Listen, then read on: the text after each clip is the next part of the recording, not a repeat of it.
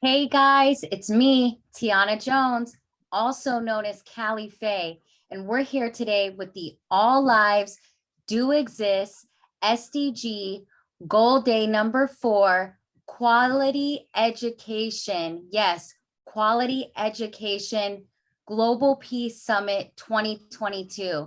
So we have people from all over the world, and I'm so excited to present them. It's amazing to have this feeling of hope inside. So we're going to get into our first special guest.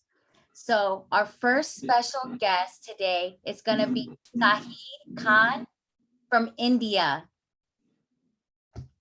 Welcome, Sahid.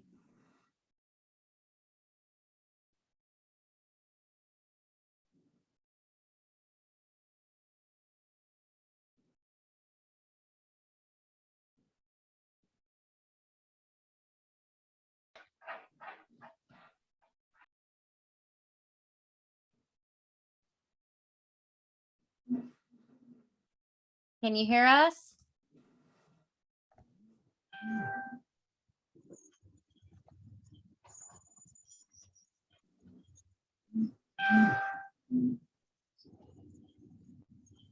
Hello, can you hear me? Hello? Yes, we can hear you. You're first today. Thank you, Tiana. And it's always very happy, always I feel when I really get into such types of program because uh, we have lots of things to learn very newly. And thank you for organizing such events. And this kind of event is very important for us and to know a lot of things that is discussing. And so you know that this topic is very important today. And you know that we have been working with deprived children, but where we are working there is no quality educations. And the problem is that they are learning, and I always think about their process of learning. They are not getting education, so this is the problem. And when we just teach them, and they are very interested to learn a lots of things, but they don't have the proper circumstances where they can get the proper education. And they have also the lack of moral educations. Probably you can see lots of childrens, they are reworking, they are just they're not just making bad comments. And then I feel that what's the problem, why they are just saying like this. But other children who are born in a good family, educated family, probably they're not really making bad comments, and they are respecting people. But children, those who are just living under bad circumstances, they are learning from their parents, they are applying in their lives. And that's the thing that we need to understand very deeply. And every children has right to quality education, but we are not providing them. This is the problem. So that's every time I say the children are the future leader, and they have the potentiality in them. But if you cherish them, if you just do something for them and provide the good educations, probably they will learn it, and they will just apply in their lives. That's what we need to do. And why I'm really saying children, because they are like the money. And whenever you just associate with them and just try to make them educated, probably they're everything they're noticing, they are just are ready to achieve something from you. And you know that when we started with solemn children, and they just they just was behaving with us rudely. So right now, and for providing good educations, they are not doing like this. They are just expecting us, and they are just showing good respect. So that's what we need to understand. And we need to provide them proper education, because lots of girls in this world, in my country and all around the world, lots of girls, they are not going to schools, and they don't have any scope because they are not very strong in providing their education expenses. This is the problem. And lots of girls, they are not going to school. It's absolutely bad, absolutely terrifying. And girls, and I have talked with lots of girls, they want to have the proper education. They want to just dream like others, those who are rich family. They are born, and but they don't have any scope. I think that lots of developed country, probably they don't feel about their problems, but we need to feel, we need to talk about their problems. And just talking and just discussing is not a solution, but the solution is only whenever we just take action, just not for tomorrow, right now. That can be a great solution. And our hope to make sure that every girls, every child that gets the proper education, and that should be our great achievements. Thank you, Diana. Thank you. And I believe all children need to have education, and it needs to be free. It needs to be something given to give them information so they can give value in the world. You are doing an outstanding job, and we love having you here. So thank you. Our next special guest today is going to be Enolia. Welcome. Thank you so much. I'm so grateful to be here. And, you know, I want to say thank you for that insight, Saeed. I caught the end of it. Very, very thoughtful. We all need to be able to contribute in a way that really, really shakes up the educational system. So I can only speak from the educational systems that I've observed. Okay, and coming from the United States and coming from Africa right now, spending a lot of time here in Angola, people do need quality educations, but I want to approach it from a different way. We need to change the current framework of our educational system. The framework does not work. We keep trying to exchange and change and introduce new things into an old paradigm, and it does not work. When I talk about a paradigm that does not work, let me go a little bit deeper. When we get insight into how we are teaching and how we are educating our children, our adults, our entrepreneurs, our business people, we come into this competitive stage. We come into the stage of, I need more than what I have in order to call myself successful. We come into the stage where we're divisive in so many ways, and we lay this as the foundation of our educational system. And then what happens there is that we grow up in this system, figuring it out, competing against one another, and then we end up creating other problems: gender equality, inequality, lack of understanding, because what wasn't at the beginning of that foundation of that education were things like the importance of the environment, the relationship to the land, the relationship to the water. Why are these things absent? Why is it that our focus is on how we can do better individually? How being wealthy and rich just by myself and not inclusive of anybody else works better for me? Why aren't we disarming that which does not work? I cannot speak for Africa in its entirety, but I'll tell you, in America, we are used to employing and categorizing and labeling people. We like to put them in two groups, and then we like to give one group more, the word is more power than the other. And then we go, well, why is everything falling apart? Why?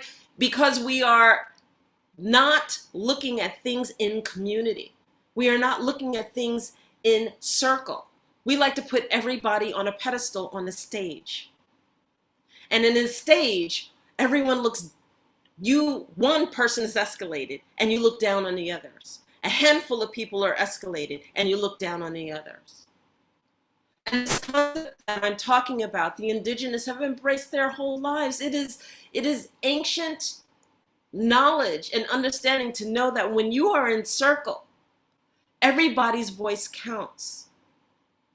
We're all looking at the same thing, but we're looking from it at the same level, not escalating or deifying somebody. But we're coming from it such that we all may have different opinions, but the power is being together in the circle, valuing each other's differences. But we yet have an educational system that is based on how we can look at each other different and judge. We don't work in community, we work as individuals. What, to work together? Well, you know what? I can't compete that way. But why do we need to compete? With the resources that we have on this world, in this world,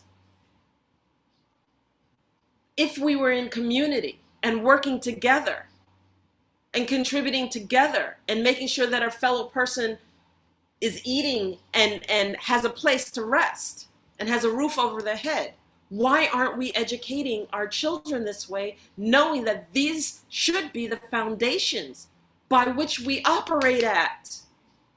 We talk about the same problems over and over and over and over again, but we're not willing to change the framework. Why aren't we talking inclusivity? That I can come from one culture, you can come from another culture, and another person can come from another culture, and all of these cultures have their beautiful attributes to them. And here's the common denominator by which we can see each other in a beautiful way. And that it is okay to be different. But guess what? We all need to eat. We all need to be educated. We all need to make a living wage in order to support ourselves. We all have parents. We all have to work in our family units. My subscription to the group is that we need to look at education in a different way. We need to break up the framework. We need to change the paradigm, the very basis by which we operate in education. And we need to look at the content. There isn't a reason why we shouldn't be teaching our children to have a relationship with nature, with Mother Earth, and stop thinking that it's comfortable and okay to live in garbage. And that it's okay, well, that's a third world nation. They don't have this program and that program. It starts with us setting the example, walking down the street and picking up the garbage and not just throwing it out. Throwing it out in terms of leaving it on Mother Earth. If every person just picked up their garbage, that is an education, because children would be observing the adults doing that, cleaning up in the areas around them, walking down the street and then seeing garbage and picking it up, saying that shouldn't be on the street, and putting it in the garbage. Simplicity. Simplicity. It starts with us. There are things that we can teach. There are things that we know as the elders that we are, within educating our children for some of the most basic concepts that we have to deal with as we deal with the problems, as we deal with the sustainable goals.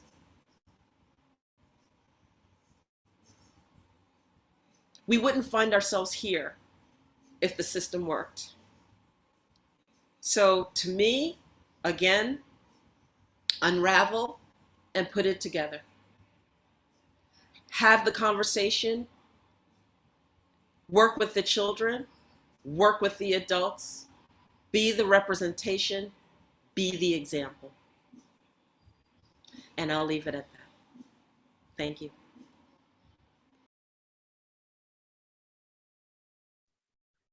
And be the change. Amazing. Okay, our next special guest is going to be Professor Dr. Nada Rakovich. Welcome from Croatia. Thank you. Thank you, dear Tiana. Greetings from Croatia. You know, today I'm really happy. I see also one person from Croatia. Am I right? Yes, yes, yes, yes. Not alone. Okay, today we are talking about education. Yes, I'm an educator, and I'm an educator, I can say, on the university and in high school, especially in a vocational school. So we know that education is a tool that every child meets the challenges in the life, and we know that we have children with special needs, disabilities, emotional, physical, and they need to be supported by us. That is for me calling a quality education. Ensure to every one student a quality education. You know, sometimes I'm thinking about that when I'm making my lectures and when we are doing exams and you know, also always I ask myself, uh, am I interested? Do I do well? Are the exams hard? Are they easy? So that are the questions that we all educators every day are asking ourselves. And our mission is be the best. And also, as the SDG 4 said, ensure for everyone education. We are doing that. And I said I'm in vocational school, and vocational skills are all around us. And if we are talking about investing in education, we need to invest more in vocational education because the labor trade is is finding today the skills. You know, everybody can be theoretical. You can talk about theory, but in practice, that is really hard. You need to show what you know, what you learn. And if we want to give them, I always said that we professors need to be innovative, creative. We need to have all skills of 21st skills, hard skills, soft skills. So if we don't have that, if we are not educating, and if we are not doing that every day, we cannot improve our students a good education. um, so if we want to talk about that, did everyone have a chance? We know that everyone don't have a chance. And we need to, as our side said before, and all of us here, we are fighting for that. We want that. We are helping. In my country, we have a lot of rural parts. And you know, I have a student. She goes by the bus to the school 2 hours. And not only that, she needs 1 hour walking till her bus. And she is getting up early. She is getting up early at 4 at morning to be at school at 8 at morning.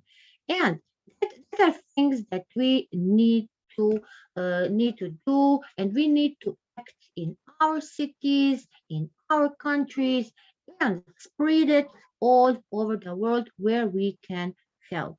And I'm sure that we here and many, many other educators are doing that. Free books for students. You know what I do every year, students?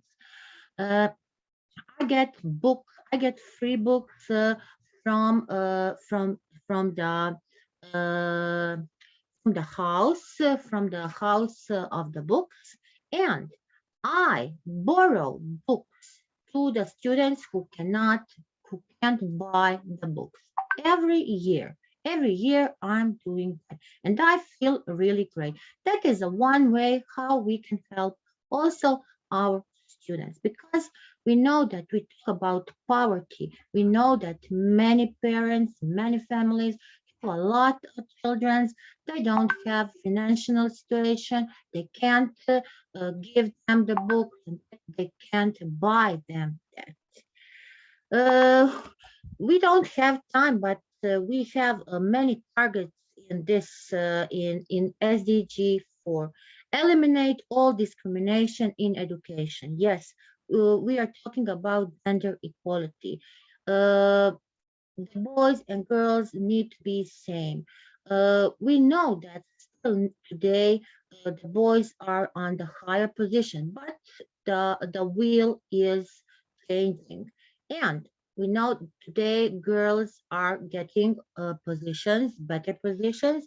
Before, many for the same position, the boy and the man had a bigger salary. Today it is, I said, the wheel is changing.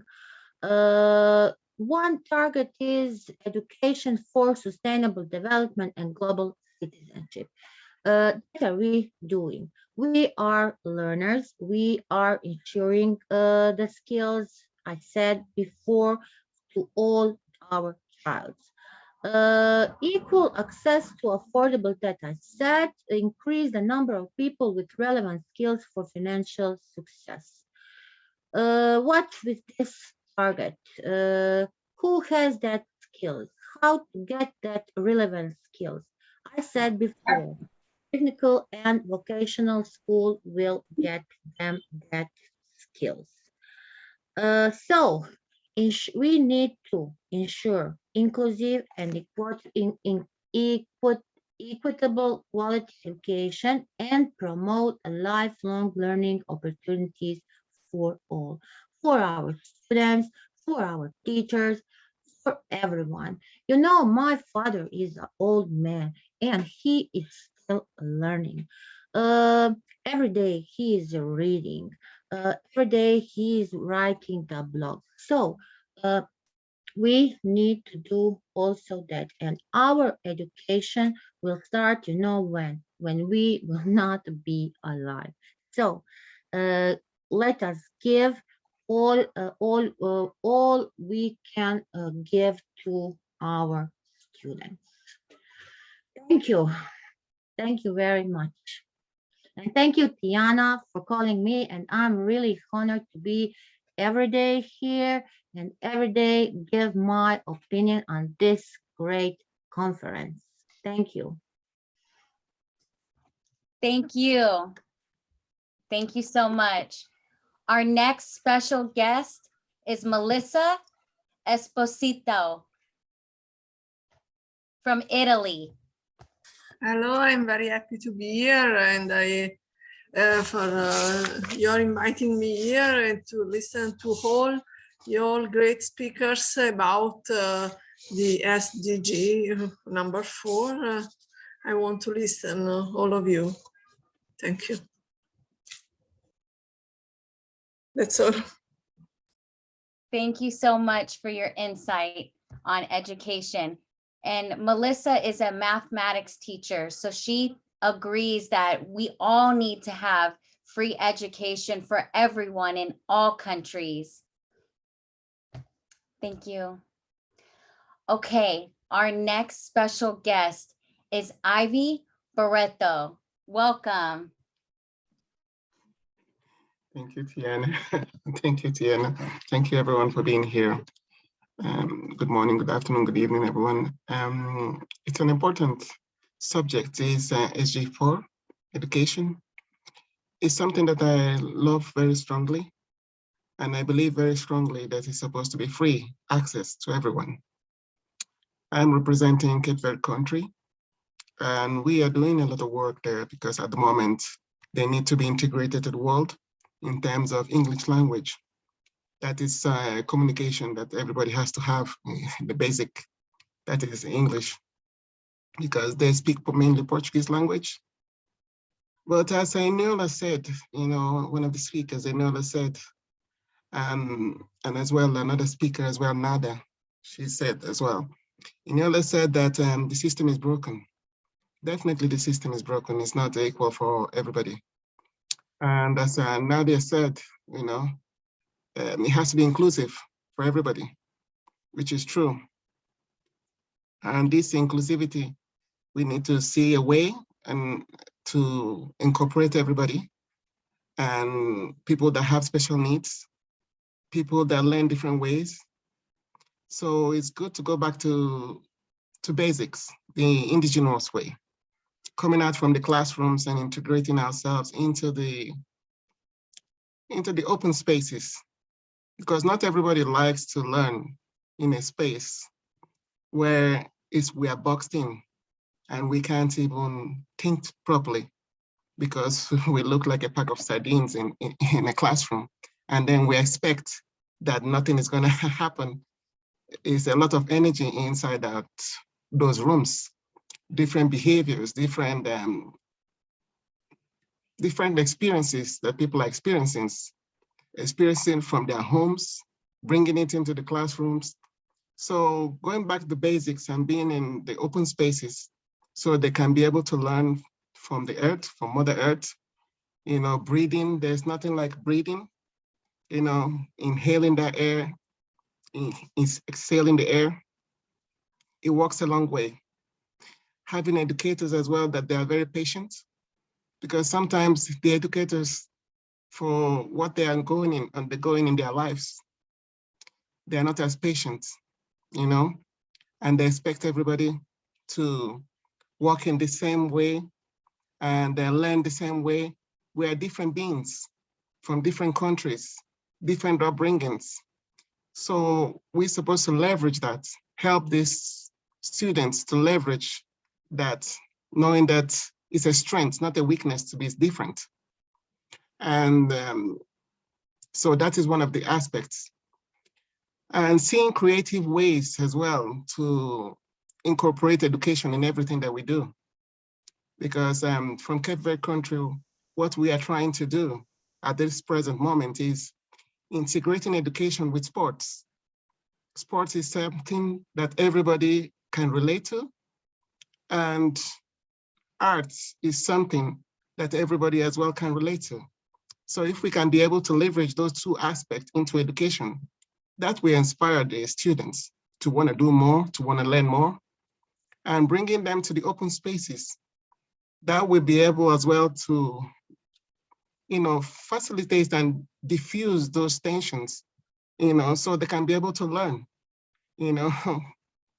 So this is my own contribution. I expect that we can be able to do more, bring more awareness in different areas in this subject, and see how we can all collaborate and see how we can expand. Tiana is already giving us a platform. Happy birthday, Tiana. So she already given a platform in terms of all of us as scholars coming together in different forms to see how we can leverage this and expand. So we are here to contribute and see the way forward. Thank you very much, Tiana, for having me here. Thank you. And you are always welcome to share your light and your love for humanity. So thank you so much. Our next special guest today is Dr. Pallavi Vishwas. Welcome. Thank you so much, Tiana, and wishing you a very happy birthday. Good evening, good morning, and a big namaste from the land of happiness and harmony, India. I'm Dr. Pallavi Vasudha Vishwas, and today's, as all of us are knowing, that quality education is a very, very important goal, SDG 4, one of the most important goals amongst all others, because I feel education is the path to progress. And this path, as we all know, is not that easy. It's a journey full of obstacles. It's a journey full of those do's, don't do's. And then you think of what kind of education am I getting? And today we are talking about quality education, but a little bit about what is education. Education, is it really learning only in the classrooms? Is it really only going to those classes and taking all those subjects that maybe some of us like, some of us don't like those subjects, but it sometimes becomes compulsory to learn in the race of getting those grades. And those grades, as rightly told by Enolia, that it tells you that you have to be the best. The race for being the best is sometimes gets onto the essence of what is education. We are losing the essence of what is education and why we as human beings are the learners. Are we learning only the maths, the sciences and everything? But as human beings, what exactly are we made of? We are more inclined to values. We are more inclined to our beliefs. We are more inclined to our cultures. We are more inclined to our backgrounds that we come from. And these are the homes that we are made up of, and the homes of love that we get from our family, our parents, our friends, and our close circles. And when this extends, this expands, that is where education, the outer world that we speak of, is educating ourselves with the outer world. What does that world expect from us? And that is where the educator and the child or the learner, they come together. And if there is a balance between the educator and the child or the learner, I'm sure the learning outcome is going to be beautiful. It is going to be holistic development that we all are speaking about. Because I feel quality education is more to be a holistic person, and that's what we human beings are for. And when we are talking about peace, when we are talking about the numerous goals that we are talking in this peace movement, everything is there for the holistic development, and that is going to lead towards a sustainable development of humanity. And unless the humankind is sustainable, none of these goals are worth it. So when we aim for anything to do sustainability, let us have a point of view of holistic development. And this is when the educator and the learner is in sync, focused for the common goals that each one of them is looking in their lives. We've spoken about being inclusive. Yes, it is very, very important. The diversity.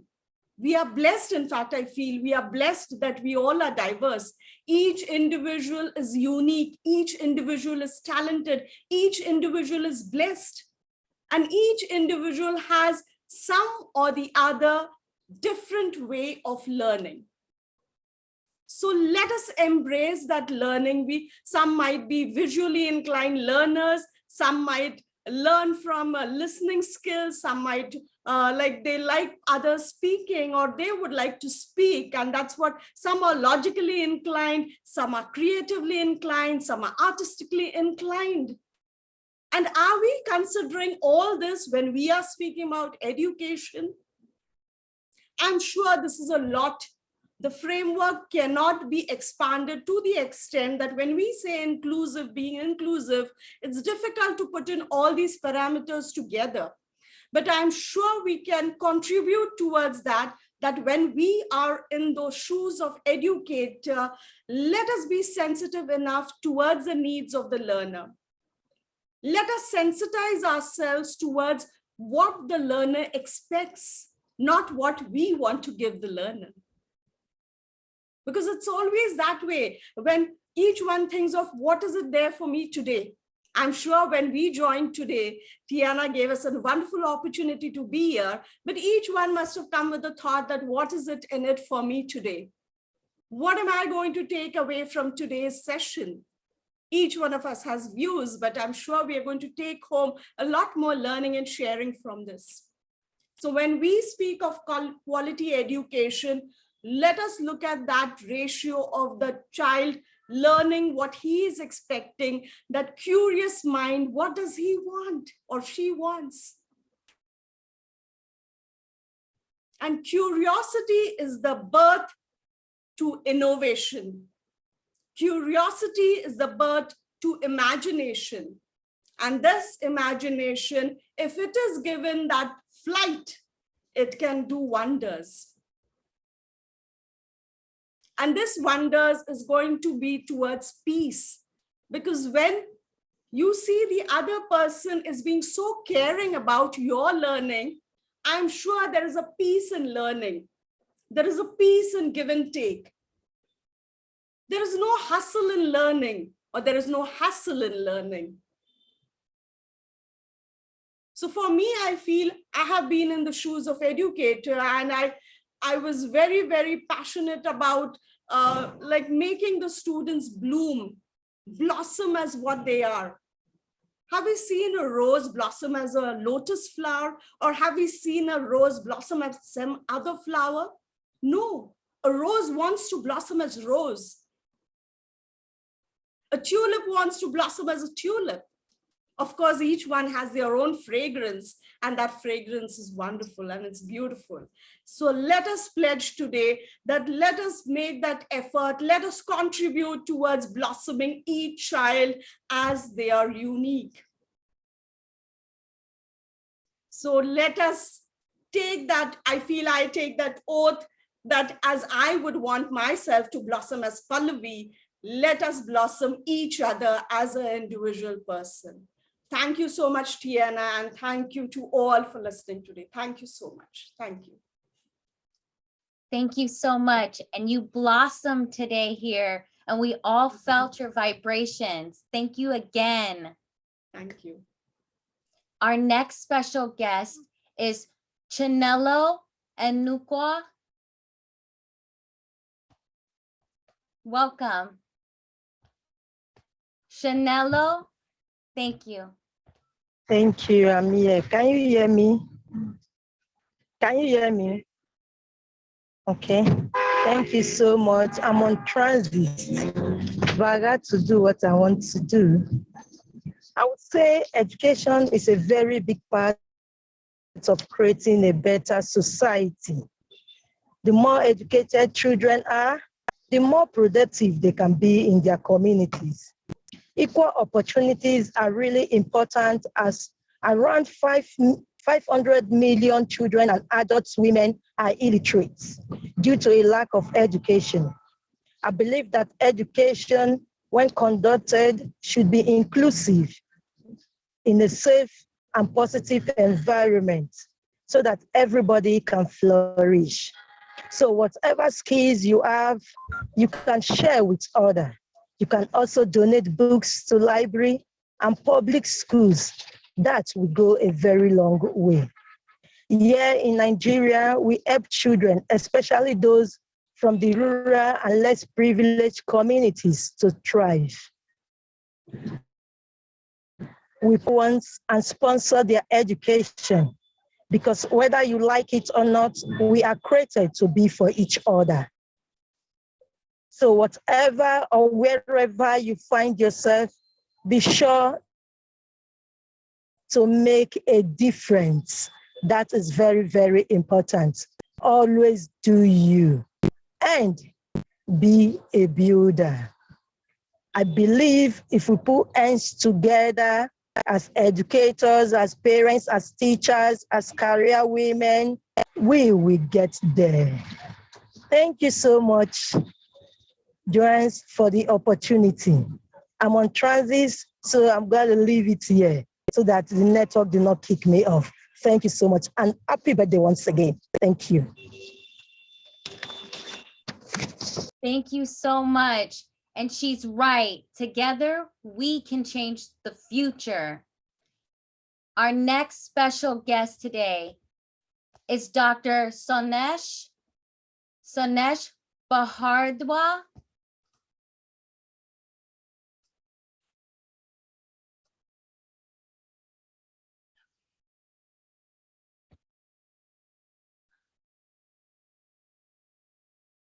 Sonesh Bahardwa from India. Yes. Thank you. Am I audible? Yes, ma'am.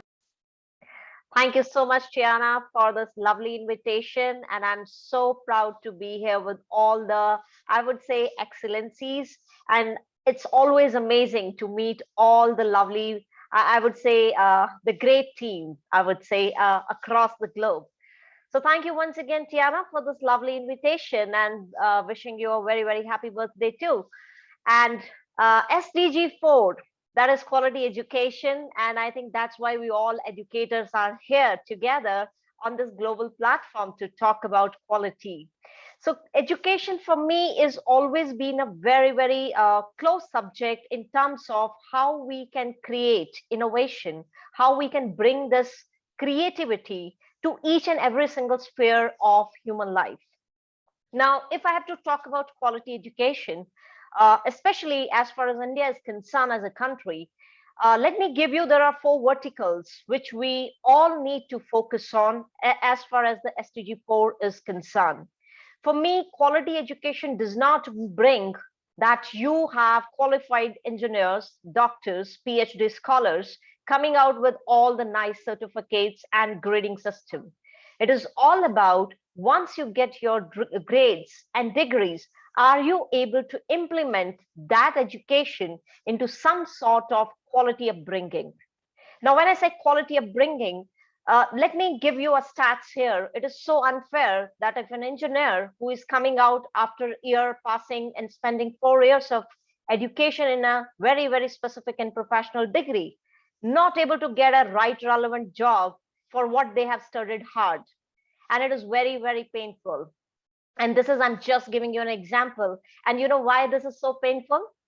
The reason is there is a huge gapping in whatever the education system we are following and what is the current requirement in the market. We are not able to bridge that gap in the right creativity and innovation, what eventually companies, corporate houses, or if I would say even entrepreneurs are looking out to create at a very, very wider level at a global market. Because it looks very funny to just follow a framework which is almost outdated 20, 30 years long ago, and still we are just considering those as our stat marks. And that's why quality education is a toss. No matter what, how much we talk about, until and unless we don't have an action in place, I think it is a serious issue to provide quality education and create future leaders. My second very, very strong point, which I want to mention here, entrepreneurship. We need to focus on creating the right entrepreneurs, not at an age of, say, about once you turn out to be a qualified engineer or doctorate or a philosopher. No, I believe right at the age of a children, I mean, especially, why can't we start running a very, very small entrepreneurship workshop for our children? Because I believe children have a high level of creativity. They know what innovation is all about, and their grasping power is so far better than any other individual, I believe. And we can really create them into future leaders. We can train them socially. We can make them equipped so spiritually frame a work that they can really lead a balanced life. But we are not focusing on that. I think this is one key area which needs to be implemented. Secondly, as I've already mentioned, university graduates needs to focus much more on coming out with creativity if they really look out on quality education. Third, when I talk about corporates, so unfortunate, somebody very rightly mentioned that when we talk about gender equality, a ratio to a man to a woman, it's always a topic, which needs to be discussed. Slowly, the ratio is improving, but it's still not satisfactory to see the ratio where women are contributing. Right? So it's always a toss. I do not know why we don't have such kind of right skill set where ladies, or I would say the women power can really brought to a sense, and there can be an equal sense of right benchmarks. Fourth one, which I always say to people, don't depend on what you are getting it out of your education. I think we should also give one portion of contributing to the society. And when you can contribute to the society through your quality education, I think we bring the right balance to the human, as if you can talk about on humanity, and we create the right harmony, peace, not only for a country, I think everybody at the global platform. And that's all from my side. I think SDG 4 plays a very, very vital role, and we all need to focus. And the one simple thing which I love about this platform is that we all global educators unite together, contribute, and share our experiences and knowledge. And I think that's the right start, and that brings the whole harmony to SDG 4. Thank you so much. It's Sonesh Bahardwa, right from Bangalore, India. Namaste. Thank you. And those are the key facts that are truth that needs to be developed in all children's skills. So yes, we have to start early so that we can implement their mindsets. Great job. Great job. Thank you. Thank you, Tiana. Our next special guest today is going to be Sanaja Zurlik. Sanaja Zurlik from Croatia. Hello, Tiana. Hello, everyone. Can you see me? Hello again. Happy birthday to you. Thank you. Thank you very much for this opportunity. It's a great event. My name is Sanja Zrilic. I come from Croatia. I teach at Secondary School of Economics, Vukovar. I teach vocational skills as bookkeeping, accounting, and others. I'm over 20 years in vocational education. I support the development of digital skills on an everyday basis. And today our topic is SDG for quality education. I prepare some presentation. Can I put it? Can I share my screen? Yes, ma'am. 1 second.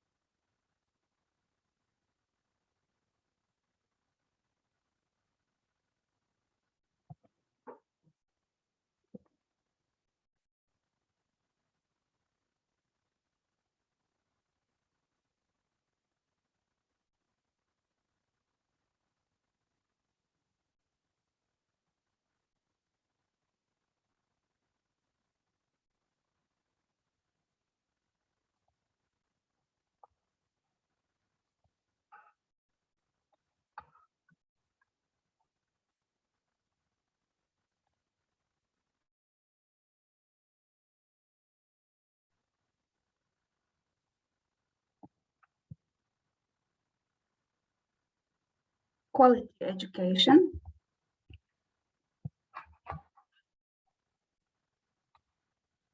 Education, we all know, is a key to escaping poverty. Over the past decade, major progress was made towards increasing access to education and schools, particularly for girls. Nevertheless, about 260 million children are still out of school, nearly 1/5 of the global population. The global pandemic in 2020 jeopardized global education because a majority of countries announced the temporary closure of school. The education system in Republic of Croatia consists of early and preschool education, primary education, secondary education, and higher education. I will say you something about this education system. It's free in Croatia, but we still have to buy books, notebooks, pencils, and so on. So it is not free at all. Early and preschool education in Croatia includes the upbringing, education, and care of preschool children and is realized through programs of education, healthcare, nutrition, and social care for children. There are children from 6 months to school. Then primary education in Croatia is compulsory and free for all children between the age of 6 and 15. For students with multiple development disabilities up to age of 21. Persons over the age of 15 who have not completed the compulsory primary school, there is possibility of inclusion in adult primary education. In Croatia, there are about 898 primary schools in Croatia. Primary schools are public. Secondary education provides everyone with the same conditions and abilities according to their abilities. After completing primary education, enabling them to acquire knowledge and abilities to work and continue their education. There are about 412 secondary schools in Croatia. High schools, depending on the type of educational program in Croatia, are gymnasiums, vocational schools, and art schools. High schools in Croatia, such as gymnasiums, will prepare you for further education, train vocational schools to enter the labor market, or provide you with the opportunity to continue your education. Art schools will enable you to acquire knowledge, develop skills, abilities, and creativity in various artistic fields. Adult education also is part of the unique education system of Croatia. It includes adult learning processes intended for education, for better employability and personal development individuals. And then there is a higher education. Quality higher education is a prerequisite for a successful society. Therefore, one of the main tasks of our ministry is to create an intellectual core that carries of important tasks with the help of universities, polytechnics, and colleges. There are about 118 higher education institutions in Croatia. It was briefly about education in Croatia. I note that it is free and available to everyone, but still only 3% of young people leave education in early stage of life. Thank you for your attention. That would be all.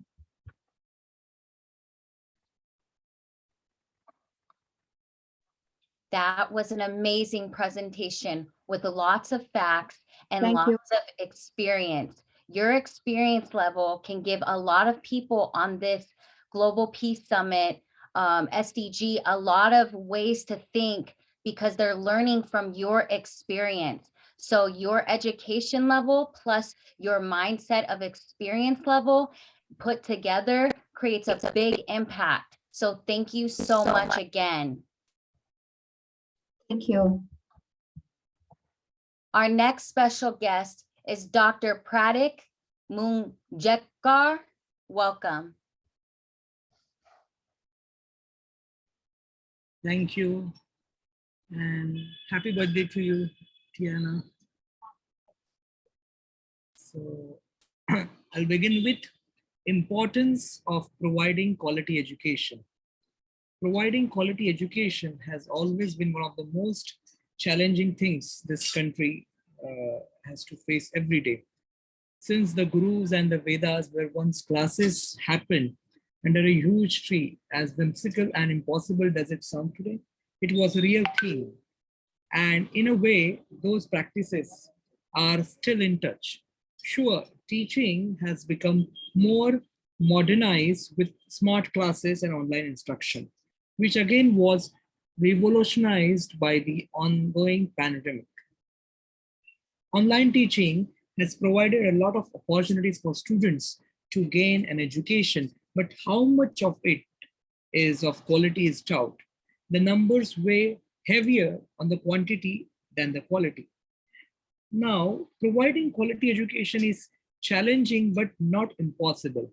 It might seem that rural education is the only alarming issue, but urban education is very pragmatic. Quality education means an education that secures the life of an individual towards betterment and better prospects. It should make an individual adept in ensuring a comfortable lifestyle. Stereotyping certain professions and glorifying a few should not be considered education. A person should pursue his or her preferred field without being judged and without having to struggle due to a lack of knowledge and resources. Also, education should not be contained to just textual knowledge, but should also include a healthy perception of society and etiquette development. Moral values, respect, self-responsibility, and civic duty should be a must in education. There are many boarding schools in India that provide quality education to the students with modernized smart classes and online instructions. But how can we achieve this quality education parameter? We need to start from the very basic, the teachers. It could all start by just focused and skill-based teaching. This means education provided by experts of a particular field to students, and then selective education provided in the subject or topic that the student excels at, with regular classes and letting the students have the freedom to choose their career path and education design. Now, how to overcome this problem? For the conditions mentioned earlier to work out, teachers with the best knowledge and expert teaching styles are needed. This can only be done with strict interviewing and, more importantly, increasing the respect towards teachers in our society. And only then what is desired will be delivered at the end of the day. Increasing the pay scale of teacher will help promote and gain a lot of better teachers, as many will then appreciate the importance of a teacher. Obtaining education has become more expensive over the years. So providing a subsidized education for high schools and colleges will encourage more and more students to be inspired and be able to gain on education. Very often the country has complained about the reservation system and question its need for existence. While it does seem significant and the people who need it are not the ones benefiting from it. So it's probably time we relook its necessity and the ways by which the reservations are being implemented in the country. The above discussed issues are the very few challenges, but are the most important and need to be considered. If provided to every citizen, quality education will drastically help improve the country's economic growth and eradicate unemployment. India today has many students who have graduated successfully and have a bachelor degree, master degree, but are still left unemployed. The main reason for the lack of quality education is the lack of job opportunities in every field. And this is the primary concern. Since not everybody is aware of the options provided in various areas, not many are aware of how valuable every field of work is, and that the economy can easily and drastically crash if any of the jobs were eradicated. Explaining why the job opportunities are decreasing, since the quality of education is not matched well.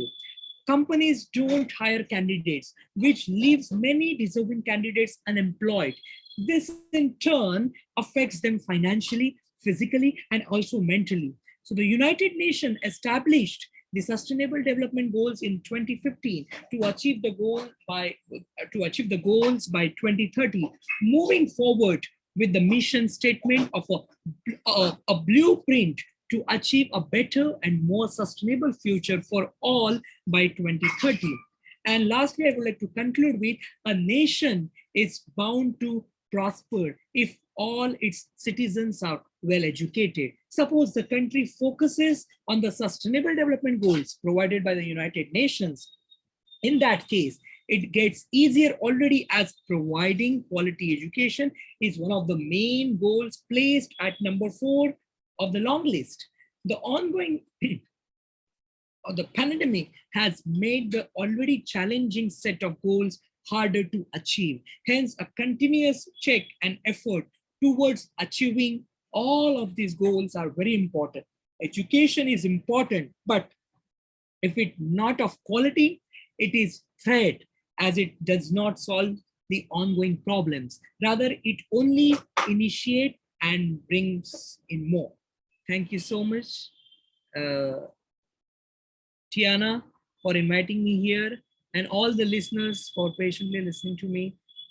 Heartfelt gratitude to all the listeners and viewers. Thank you so much. Thank you. And that's good information to know that it's that far down on the list. So we're going to try to make that a very huge priority right now. Thank you so much. Our next special guest is Dr. Kirik Kumar Bahat in India. Professor. Hello. Thank you, Tiana ma'am. Hello everyone, and greetings to everyone from India. Being an academician and having a experience of 25 years, I am a bit agree with Sonesh madam, and the Mr. Pratik has already discussed that lacking of the skill among the youth. I have 2-3 questions that if any country or any government can give guarantee to provide 100% employment to the youth of the nation. That is one question. Another question is that if our youth is not able to get the employment on the basis of what the education they have achieved, then what they will have for survival, for their livelihood.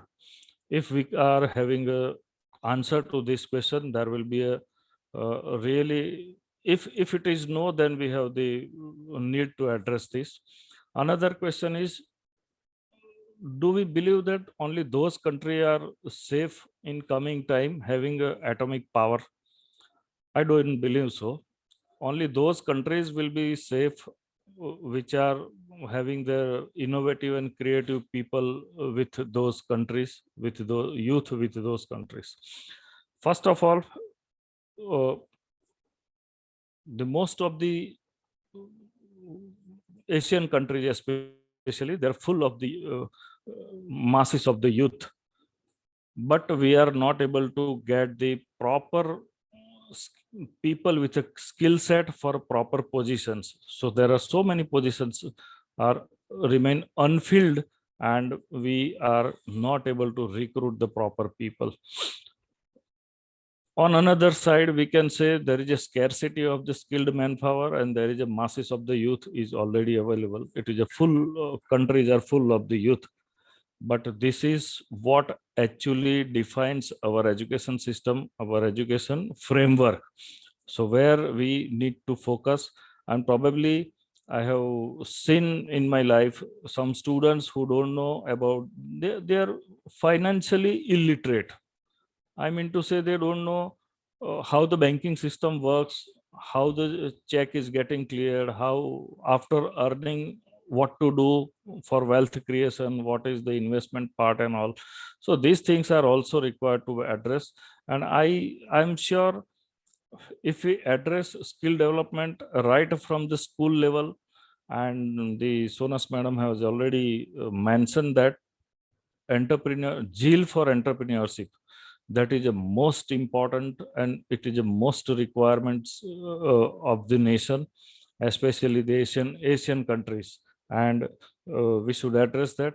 I personally feel that educators and edu leaders, those who are framing the syllabus and instructional material and all that, they should incorporate the industry experts, the employers who are recruiting, or recruiting agency, recruiting consultant. They should understand the demand of the present time.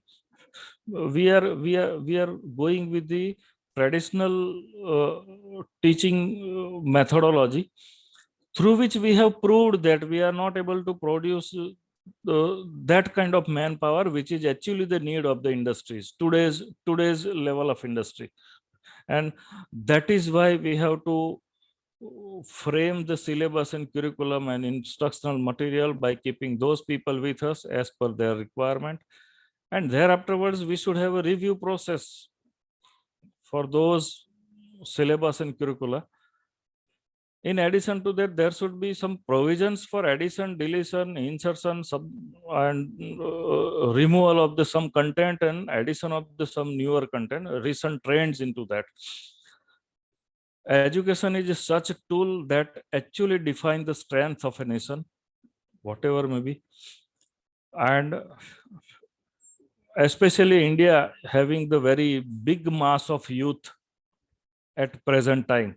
So India is globally responsible to become a workforce station or work powerhouse, and it has to supply the manpower to globally, to the advanced economy in the states and to the recent industries. Now, to become a workforce hub, we have to cultivate, and we have to have the youth with better skills, improved skills. Earlier, by giving a small example, I would like to conclude. Earlier, there is a 3 different equipment, normally gadgets, normally which we have used. That is a mixer, juicer, and grinder. Nowadays, all together there is integrated device which can do all 3 tasks together. So multi-skilled people is now a demand, are in demand. So being educator, it is we are more responsible to provide that kind of manpower globally to the society. And I personally believe that employment is only a very important tool that brings peace across the globe, because if employment is there, then if survival is taken care, I'm sure the crime rate will be reduced to a greater extent. And we all must focus on skill development. We have discussed so many things and so many conferences are going on, but now it is a time to implement, it is a time to take actions on this part.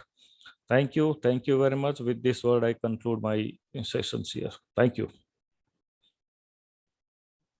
Thank you. And for 25 years, this professor has experience showing that he knows the youth. He knows the issues for sustainable development that needs to happen, and to be open-minded for entrepreneurs and people in education to come together. So that's amazing. And we are grateful for you being here. And thank you to the technology university that you work at in India. So thank you so much again for joining us.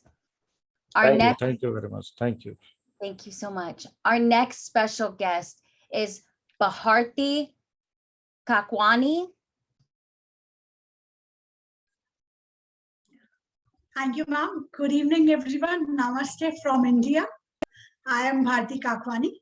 I have 18 years of experience in education sector. And being in this sector for so long, I have experienced so many things which I would like to share here with you. Ma'am, can you please make me co-host? Yes, ma'am. Thank you.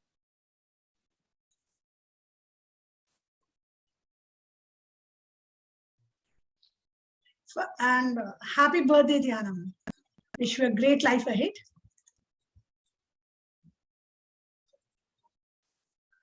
I'm not able to share my screen.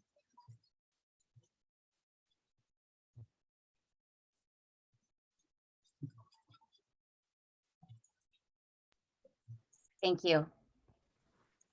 Yeah. Thank you. So we are here for goal 4, quality education. I heard all of you with complete ears, and I was listening it was quite interesting. You know, everyone was discussing about education and quality education. So let's see what is education firstly. Education is learning something new with new methods and new skills. And let me tell you, I belong to a school, a small village.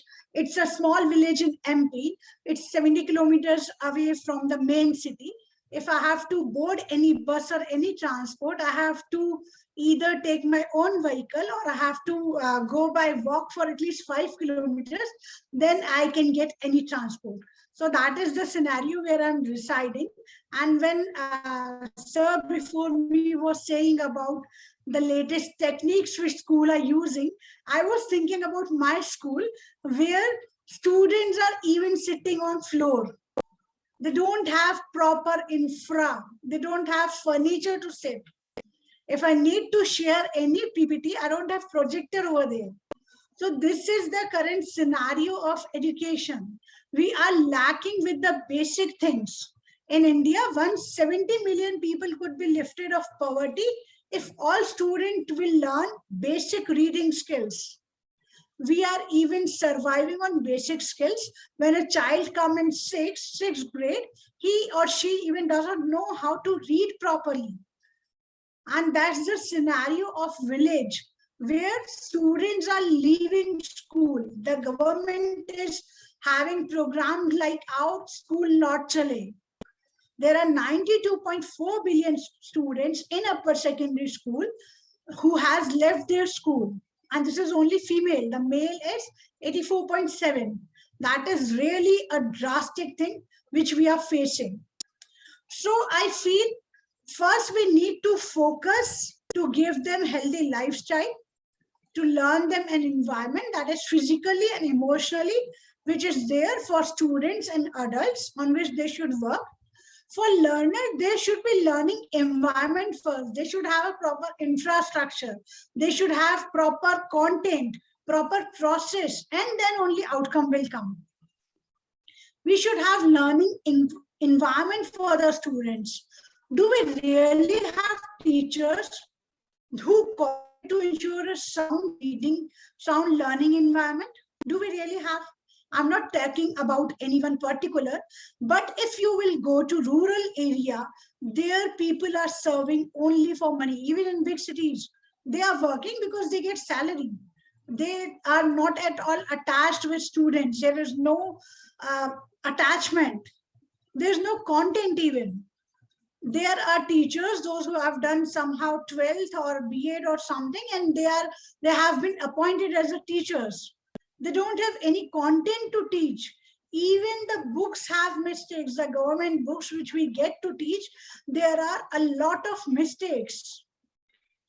There are policies, procedures, and management. That only works in government schools in India.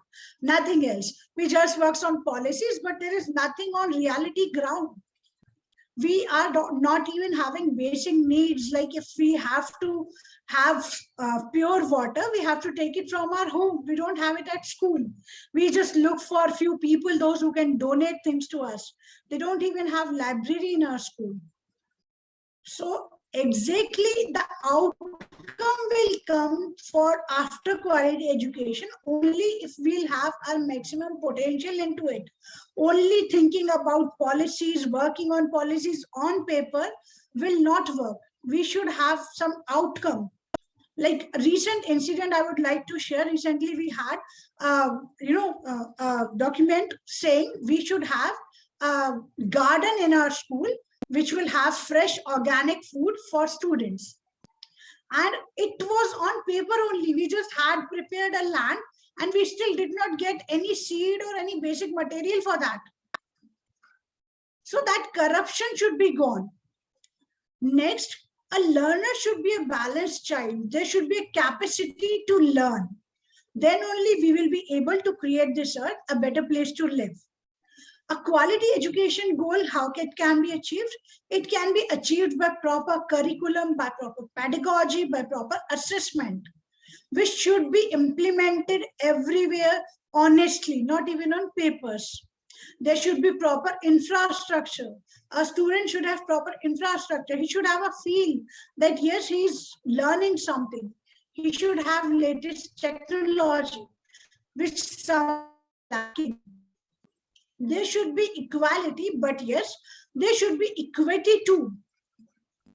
We should work for leadership in people and we should work for culture as well. Like we are lacking with our culture somewhere. Our students doesn't know nowadays like about their culture. That is missing. And it can be brought only with the help of quality teachers. A quality teacher is the one, those who does not only work for the salary, but there's some personal attachment is there, affection is there. A teacher is totally, it's a holy work. It's not just a profession. It's a holy profession where we give our 100%. So that should be there. And a teaching should be child friendly. We should not teach according how we understand. We should teach how a child understands. It should be practical activity based. We should come out from our classrooms. We should try to do it by their own. We should try to explore the potential of the child, because the world is the classroom. We just make him sit in the classroom only, tell on the board that is a plant, these are the leaves, these are the stems. No, take them out, teach them what is the real method. So teaching methodology should be changed. There should be proper teachers training, which is lacking nowadays. Teachers should be paid equated. That's what sir said. That was correctly right. If we get good payment, we of course give our 100%. Facilities and equipment should be there. The basic facilities should anyways be there. And it's a responsibility of public sector also, not only of government.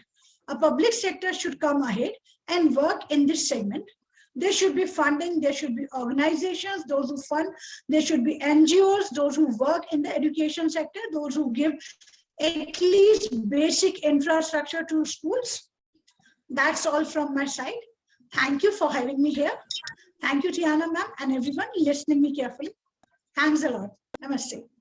I hope it was insightful. It was useful.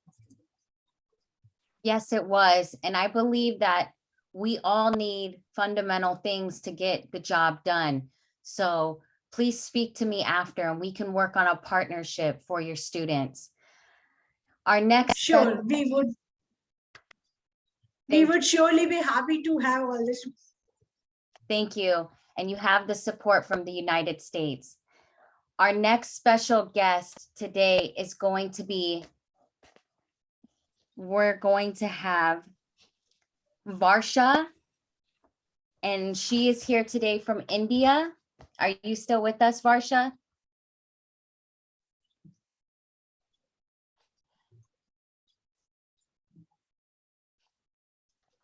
She may have gotten off already, so we're going to circle back with her if she logs back in. And we have a Global Law Thinkers Society. Oh, Varsha Jahan from India. It's almost night there.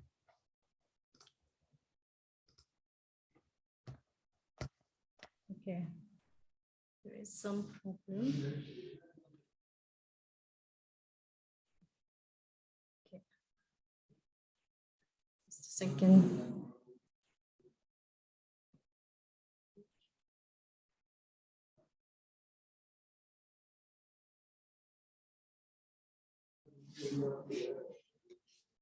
Light ही नहीं है ना, दिखेगा ये actually.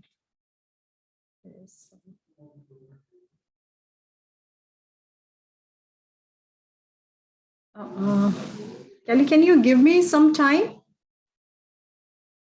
Yes, ma'am. We'll go to the next special guest. Yeah, please. Thank you.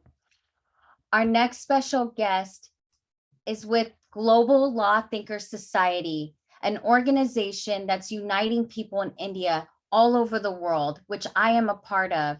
And this is one of our ambassadors, and he's here today to discuss teaching of equality for all people. His name is L. Santosha Kumar. Welcome. Thank you, ma'am. I'm so happy to be part of this intellectual and healthy academic exercise. And I'm Mr. L. Santosh Kumar. I'm pursuing my full-time PhD on English literature at Bishop College Autonomous, Trichardu, India, and I'm associated with Global Law Thinkers Society, and I'm the principal director of English Club of Global Law Thinkers Society. And I feel happy to be connected in this platform with particular reference to the SDG goals with a special emphasis on quality education. I would just like to, ma'am, please allow me to share my screen. Yes, sir. 1 second. Okay.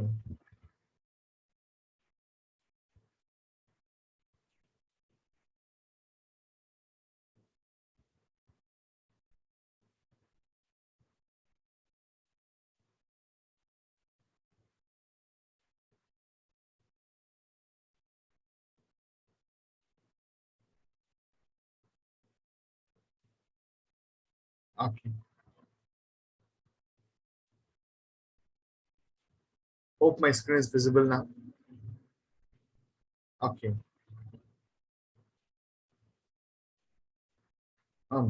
In the contemporary times, almost all the academicians around the globe, they emphasize on the goal number 4 of SDG.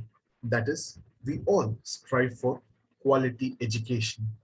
Before that, I just wanted to give a brief insight about the concept of education.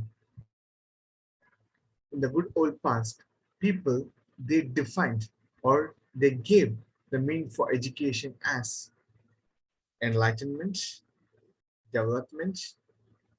In this particular slide, you could see the abbreviation for education: enlightenment, development, united, creativity, attention, talent, innovative, outstanding, and nationality. In the good old past, people, their definition for education is to think creatively, is to transform the individual mindset. By transforming the individual mindset, the society gains momentum at the highest rate. And also at the same time, most of the people and the most of the renowned educationists around the globe in the good old past, they believe that a good education is to transform and inform the learned men into a civilized human being. This is what education in the good old past meant to be.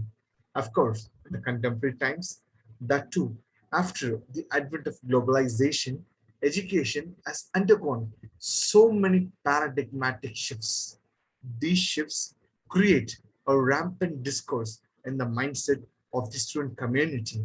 In the good old past, people, they didn't prefer the students to be the typical bookworms, whereas in the contemporary times, and of course, with particular reference to the late 2000s till 2015, people who have got who have got good scores in the undergraduate or postgraduate scores, they were looked upon with great sense of respect. And of course, education is not here to judge us only through our marks. Education is purely meant to judge us only through by our creativity, how we think, how radical we are, how our radical approaches are, and when a problem is being provided to us, how capable we are to break all those barriers. And to put it simple, almost all the stakeholders, the job holders, or the people, the job seekers around the globe are expected to be an expert in the area of domain. To put it simple, they are each and every one of us are supposed to be the area of expertise. and we are supposed to be expert in the domain where we love to work. And the most important aspect here is that quality education. The people around the globe, with particular when it comes to quality education, goal number 4, they say that education should be given to all, and education should be feasible to all, and people should not be neglected. People should not be neglected in terms of financial constraint, in terms of gender, or even in terms of other infrastructure facilities. And of course, quality education here is that people here, we have to keep few things in mind. That is, the world today is running behind the concept called soft skills, social skills, and hard skills. And most of the people who sprung from the corporate culture, they fail to teach the difference between soft skills and hard skills. Hard skills are said to be the tasks or the subject content, what we have imbibed in our college education, or what we have imbibed in our higher secondary school education. When it comes to soft skills, how we present ourselves. For example, when a task is being given to Mr. L. Santosh Kumar to execute a particular task, how he has executed. Was he placeable? Was he on time? Was he flexible with his teammates? This is said to be the soft skills. And when it comes to social skills, the biggest thing in social skills is that how mobility does Santosh Kumar have? Is he good in mingling with the people? If he is said to be an introvert, if he is said to be an introvert, whether if he is said to be an introvert, whether he will be in a position to interact with everyone. And one of the biggest thing when it comes to quality education is that the moment when a student and teacher starts to interact in the class, when the classroom teaching, whether it might be school or college education, when it turns out to be interactive, then it's said to be highly proactive. And the term proactive is said to be a requisite phenomenon for the teachers in the contemporary times, and also for students in the contemporary times, in striving for quality education. And people almost all around the globe, they say that we undergo problem of unemployment, and I completely disagree with their views, because I know one of my friend who's placed at a position of human resource manager. When I put forth a question to him by asking, dude, may I know why do and me in the contemporary times, why do we find hard to get a job? And the most sensible answer which I've got from my beloved friend is that, dude, in the contemporary times, there is no problem of unemployment. There is only problem of unemployed. That is, we do not find skilled employees. We do not find skilled professionals. So the role of a teacher is to produce a productive student, is to produce a proactive student. Obviously, he or she will be a good product in the job market. And next year is that we talk about gender equity in education. In the good old past, women, they were neglected to pursue their higher studies. Whereas in the contemporary times, that too after the advent of globalization, and few feminist writers like Virginia Woolf, when she was not allowed to enter into the university, when she was not allowed to enter into the university library, she said, it is a universal call for the entire women folk to revolt against the patriarchy. So right from that moment until now, women more in higher sector, women are enrolled more in higher education sectors, and it is a welcome augury too, because we say that we believe in gender equity, but how far we are marching towards it, that's a very big question mark. And SDG 4, under the SDG 4, gender equity matters a lot, because I come from a country where most of the things happen to us only through the concept of non-violence. And I hardly respect the other leaders. At the same time, I have great respect for my freedom fighter, my father of a nation, Mahatma Gandhi ji, who believe that when a woman is able to walk in the streets of India by wearing a costly bangles or costly ornaments in the streets, that moment is said to be a true revolutionary moment and a true independent moment for India. And of course, you people can ask me a question: have Gandhi's dream turned down into reality? And of course, it is not yet, but things will turn out very well.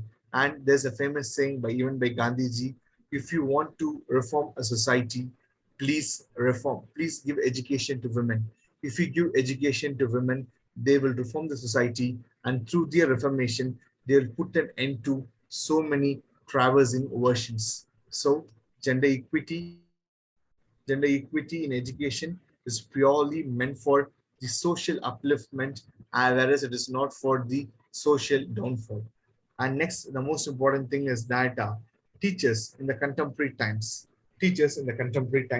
they undergo the problem of online education. And now after the advent of pandemic, or after the advent of this pandemic boom, almost all the teachers around the globe, they are forced to get they are forced to have an aversion towards online education. And even people like you and me are being connected here, it's only through online education, and thanks to technology for it. And one of the biggest advantage of online education is that the good old past, sorry, before the advent of online education, teachers, I'm very sorry to say, even though I also belong to teaching profession, but I feel I sincerely place my heartfelt apologies to the educators who are here. Before the advent of pandemic boom, almost all the academicians, they believe that if they deliver the content which is printed in a form of a book, it will be useful for student community. And few teachers, out of their conscience, they did these things which are not ethically fair. Because the contemporary times, teachers, the teaching fraternity should have one strong thing in mind. Google is said to be the best guru for students than the teacher. Because what we are, the student in the contemporary times, they expect us to feed them with the content which is not printed in the book, or the content which they find it difficult. The student community, they find certain things to learn. They expect us to make certain things very clear to them. So this is what the student in the contemporary times they expect. And the most important thing is that the students in the contemporary times, what we say is that they have become lackadaisical, and they believe that their identity is being completely shattered, and they do not know the classroom etiquette. And we say that the concept of classroom culture is being vanishing. It is not at all. Classroom culture, classroom culture will be there forever, even though we're in online mode. See, classroom culture is not only chalk and talk method. Classroom culture is how we interact with our fellow students, and how through our interaction, how we are going to make them to be productive. See, the four teachers, they have a biggest advantage is that through the four walls of the classroom, they can reform the future citizens of the country. And making a student to think radically is the need of the hour. Making a student or producing a student to be a top scorer is not the order of the day.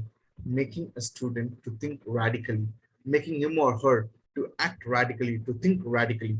At that time, if a student is able to think proactively through our lecture, then the success of there lies the success of teacher. And most of the people in the contemporary times, they say that even though after the advent of online education, the role of faculties are becoming deteriorating, and I completely disagree with it. The faculties, the contemporary times, one humble request to you people is that, including me, please be updated. Please be updated in your domain. We say that we say by putting blame on the infrastructure, we say by putting blame on the social hierarchies, we put blame on social patterns. Of course, these things matters a lot.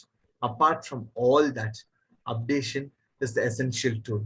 As how there's a saying in English, a man without ambition in the road of life. Like that, a teacher, okay, a teacher or a professor without updation cannot survive in this teaching domain, and which is the need of the hour. Updation is the need of the hour. Only through our updation, we can empower student community. And when a teacher is updated, obviously, they make the student community to be empowered. And the outcome is that society gets envisioned. Enlightening and envisionment is the need of the hour, and we as we as educators should strive for it.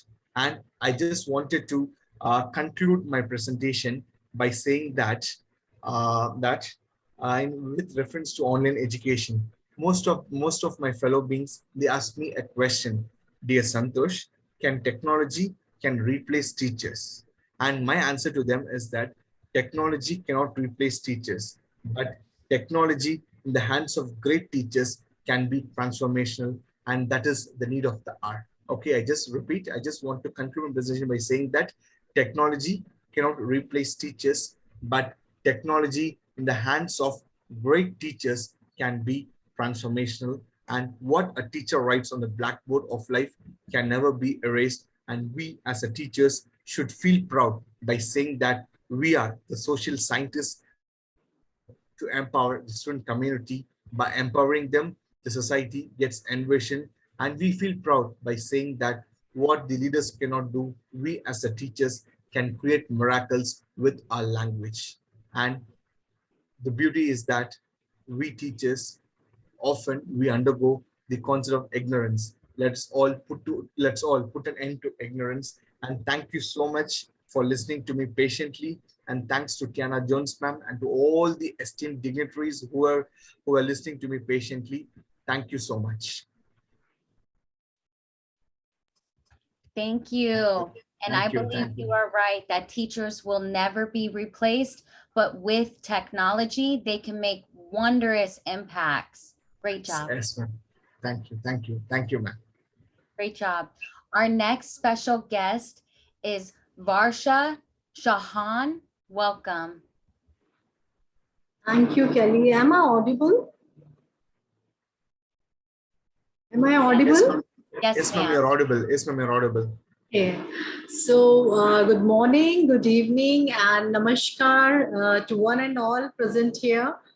I, Varsha Chauhan, brand ambassador from India, would like to take this opportunity to inform you all about the current situation of education across the world, including the reforms that can be taken to improvise the same. A good quality education is one that provides all learners with capabilities they require to become economically productive, develop sustainable and livelihoods, contribute to peaceful and democratic societies, and enhance individual well-being.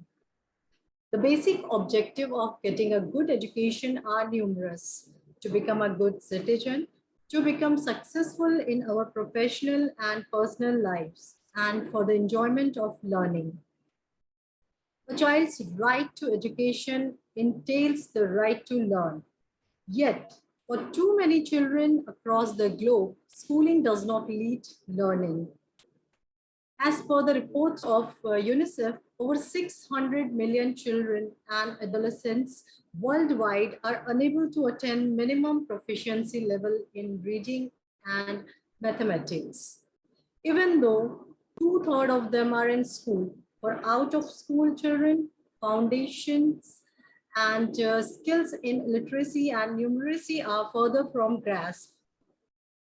The learning crisis, the rift between the levels of learning children receive and those their communities and entire economies need, hit a global scale even before the COVID-19 pandemic brought education system to a halt.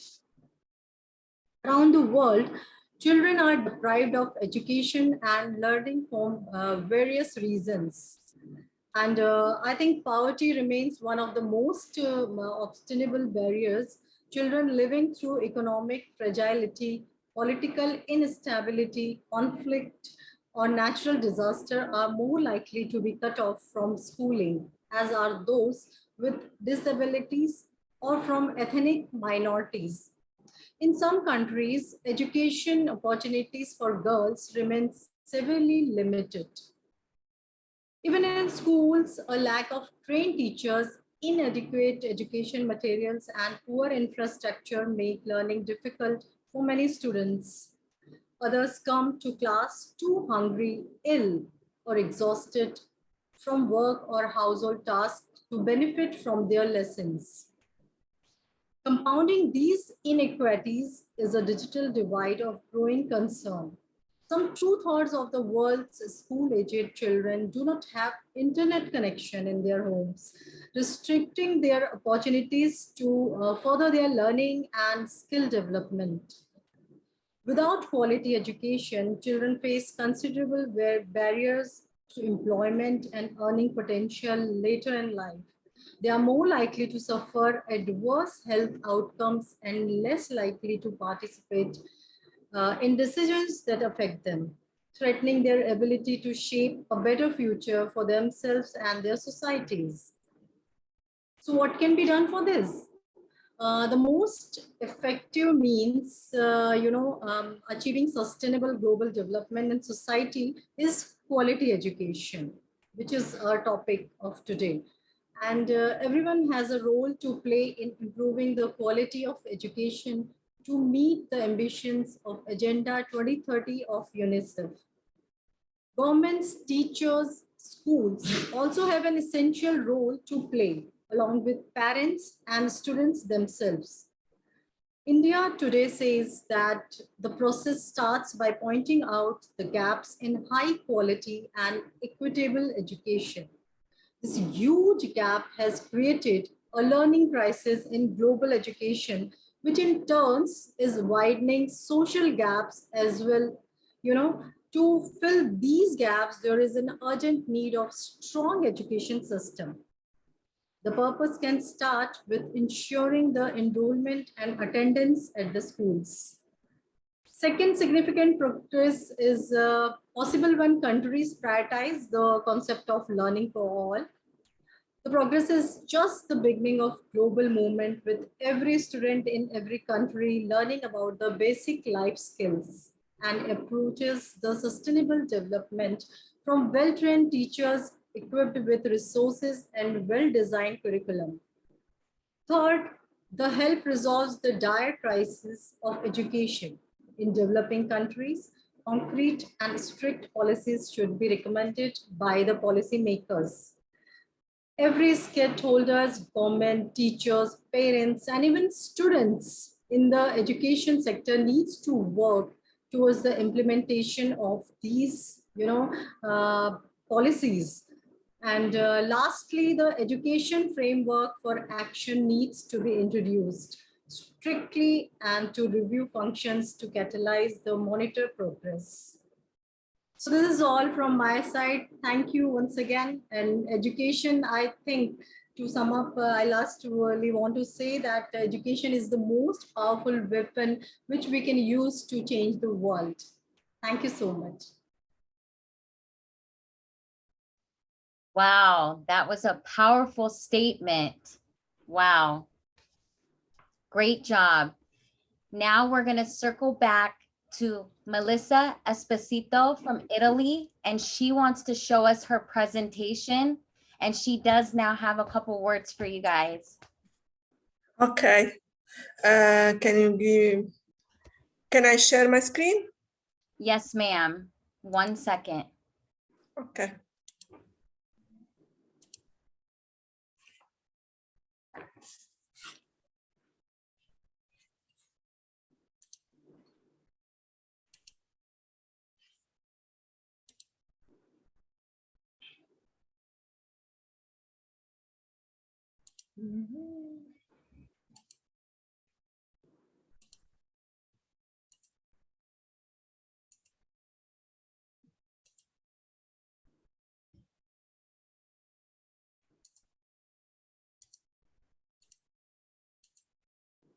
Okay, I'm ready.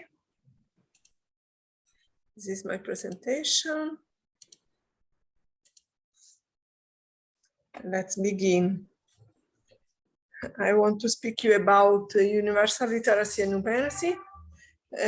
Education affects people's lives in ways that go far beyond what can be measured by labor market earnings and economic growth. Education contributes to a wide range of social outcomes, such as better health, higher levels of civic and social engagement, as well as in addressing other social relevant domains and concerns, such as crime, antisocial behavior, and poverty. An important goal of the 2030 agenda is for each country to be able to develop educational system capable of providing adequate calculating and literacy skills, trying to minimize inequalities in skills and knowledge acquired. I want to speak to you about illiteracy. Illiteracy is understood as the inability to read and write due to a lack of education in Italy. The problem of illiteracy was tackled with the compulsory education introduced for the first primary school classes at the beginning of the 19th century and raised to 40 years only in 1923 with the Gentile reform. A unique and very important experience was the one that in the 1960s was made it possible to literate millions of Italians throughout a television program conducted by Maestro Alberto Manzi, which allowed the completion of the first cycle of education to adults and or children in post-working hours. According to the definition adopted by UNESCO in 1958, a primary illiterate is a person who has never learned to read or write. The term functional illiteracy instead designates the condition of an individual who, despite having attended school for a certain period, has not acquired the reading, writing, and calculation skills considered basic in the corresponding education system, and therefore is unable to face a written text. Functional illiteracy does not affect men and women equally in the different age groups. In some cases, the gender perspective must be taken into account in order to respond effectively to this problem. Functional illiteracy is a factor of exclusion, and that makes work activity more difficult, limits democratic and social participation, and seriously compromises personal fulfillment and the defense of one's right. As you can see, you can read the percentage of the literate population aged 15 and over in the world. 2016 data. The source is the Sustainable Development Goal report in 2019. In 2018, there were still just about 300 million children and young people between 16 and 17 years out of school, about 17% of the world population of the age group. More than the half of those in school did not reach the minimum proficiency levels in reading and mathematics. Parity between children or adolescents in the richest and poorest quintiles of the population has been achieved in 25% of countries in primary education and only in 21% of countries as regards lower secondary education. Only 1% of countries has parity reached for upper secondary education between the richest and poor adolescents. The total literacy rate for the population aged 15 to 24 has reached in 19%, but the concentration of the literate population in some depressed geographic quadrants is still worrying.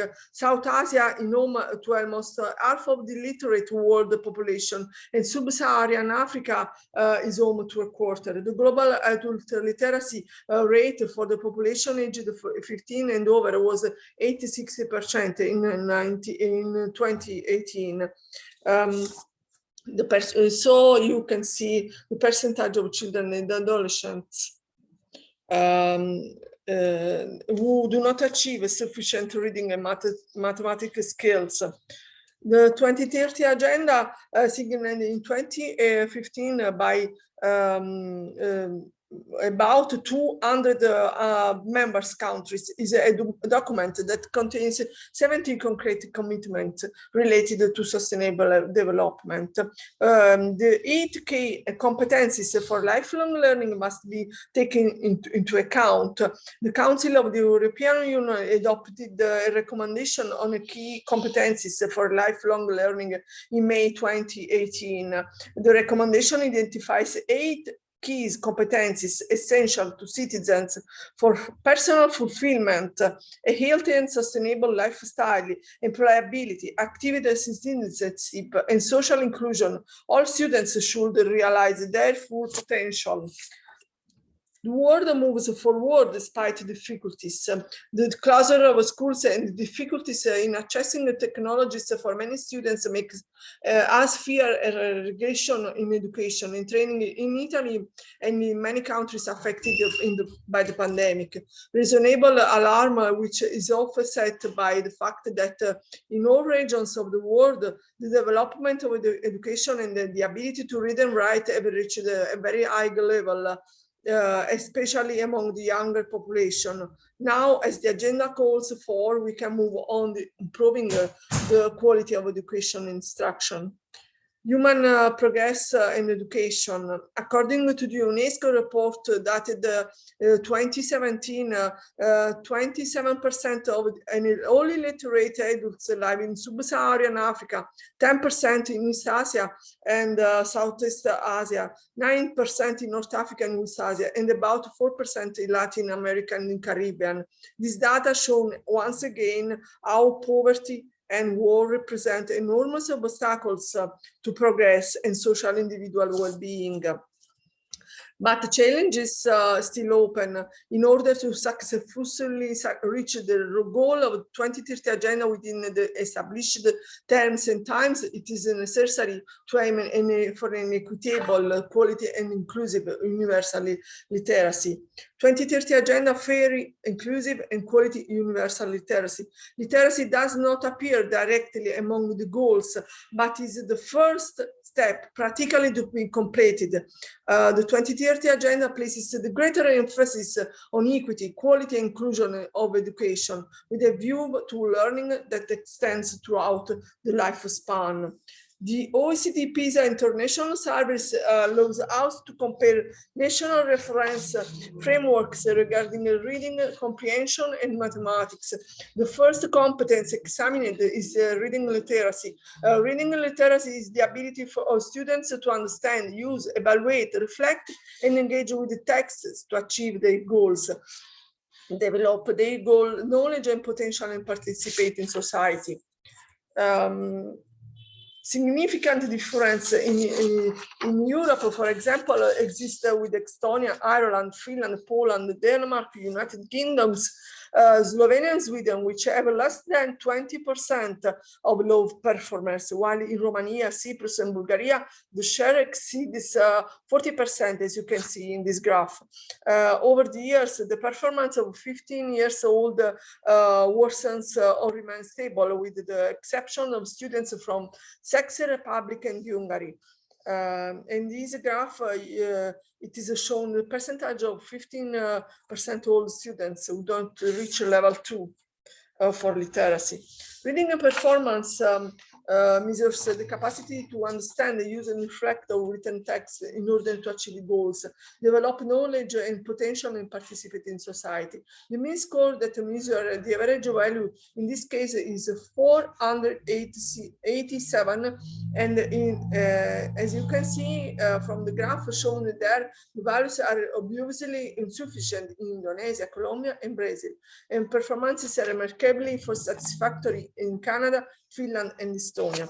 The second competence examined is mathematical literacy, defined as the ability of students to formulate, use, and interpret mathematics in a variety of contexts. Percentage of 15 years old students who do not reach level 2 basic competence level, as we can see in this graph, for functional competence in mathematics for some European countries and the OECD average. years, and the mathematical performance for PISA measures the mathematical literacy of a 15 years old student. As you can see, a mathematical literate student is recognized the role that mathematics plays in the world in order to make well-founded judgments and decisions needed by constructive, engaged, reflective citizens.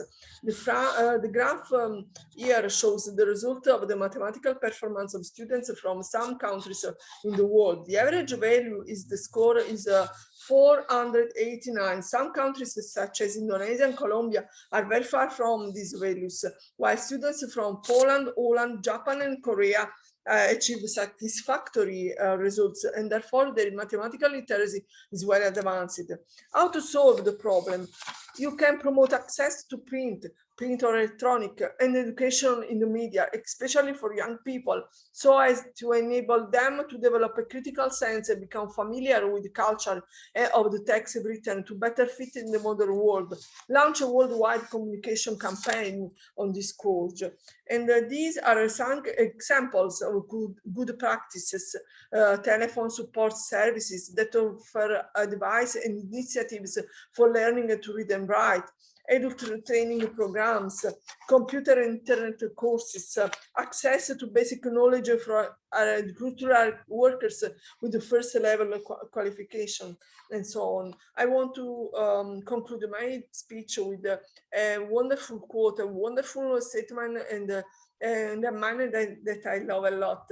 Education is the most powerful weapon which you can use to change the world. And the man is obviously Nelson Mandela. I thank you for listening to me, and I want to say happy birthday, Tiana, and buon compleanno, tanti auguri a te. Buon compleanno. I say it in Italian. Thank you again. Thank you so much. How beautiful. And I feel that you are completely right. Everyone needs to spread kindness, to be able to give education and the way of form of mindset of learning education. So you are right. Everybody needs to have these concepts in educational schools. So thank you. Thank you so much. So now we have one more special guest, Poonam Gati. Good evening, ma'am. Good evening.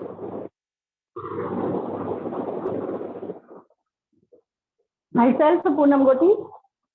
I am from India. I am principal in Chitra Group of Institute, which is located in Kanpur, UP. Okay, today.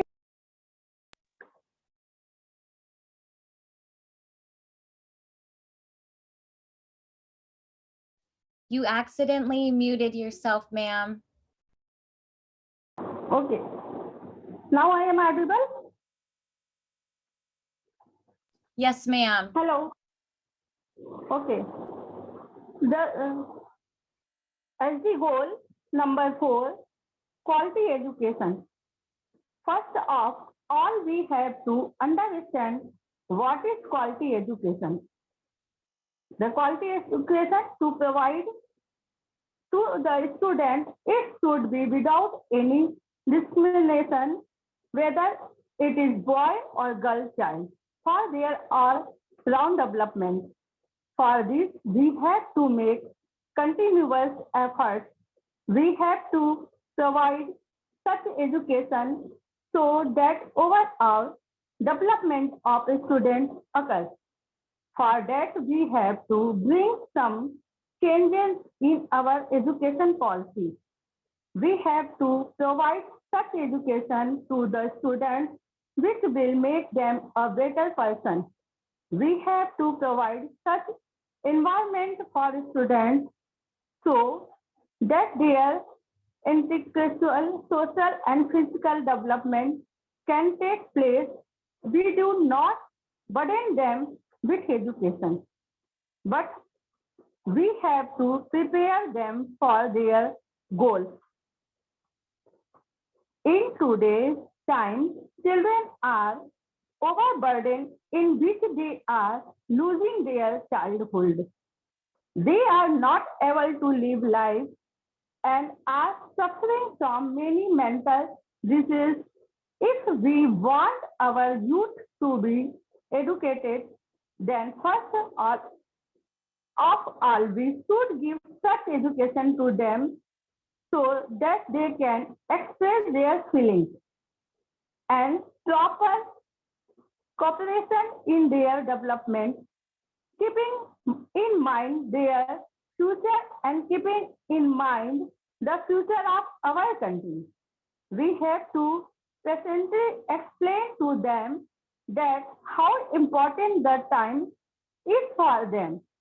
We have to use projectors for their all-round development. Many labs should be there to teach them practical knowledge, like robotic labs. Through all this, they should achieve the knowledge of technical education in school life itself, so that they can choose their path clearly for the future ahead. Know if our youth will be strong, then our country will also be progressive. Today, we are in the age of audio and video, so we have to explain the lesson in both from early life.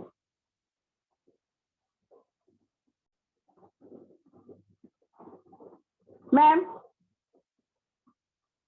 can I share my screen? Yes, ma'am. 1 second. Okay.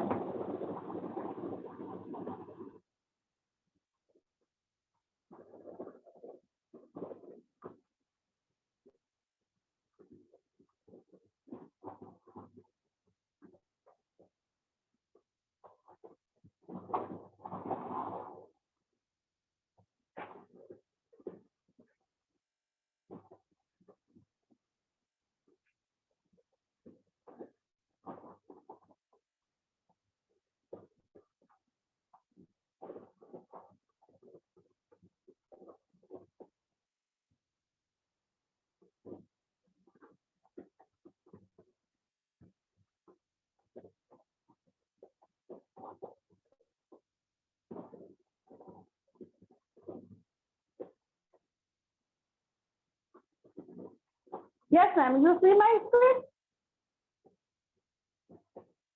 No, ma'am, we don't see your screen. I made you a host, so you'll be able to share your screen from your computer. Okay, okay.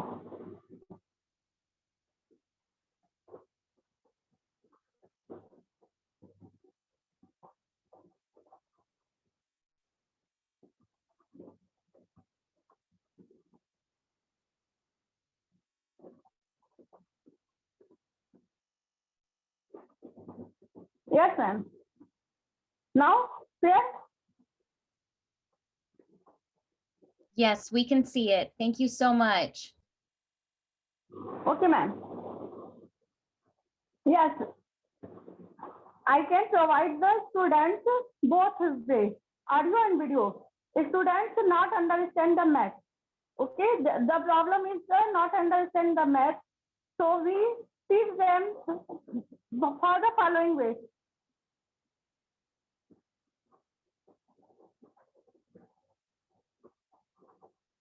Can you understand, ma'am? Yes, I do. I see how you're doing the equation. Yes, ma'am. So this way, a student can understand math very well.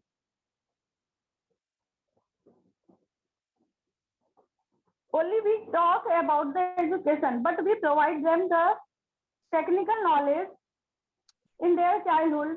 They become the citizen of our country.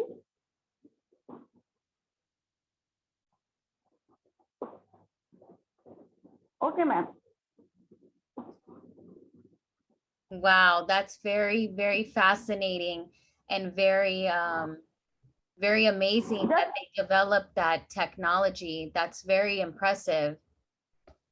Yes, ma'am. My second Yes, ma'am. Yes, I provide my student at a robotic lab. This is my robotic lab.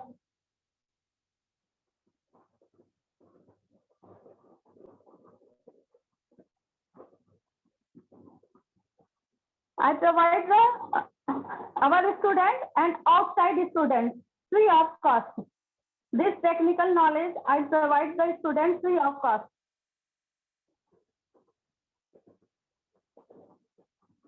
Wow, that's very amazing and impressive. Thank you so much for what you do for humanity. Thank you for your service. Thank you, ma'am. Thank you. I provide this from class 5th to 12th students. I make them do technical.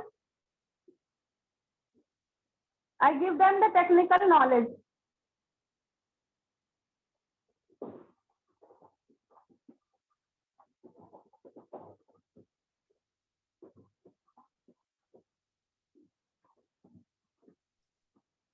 Wow.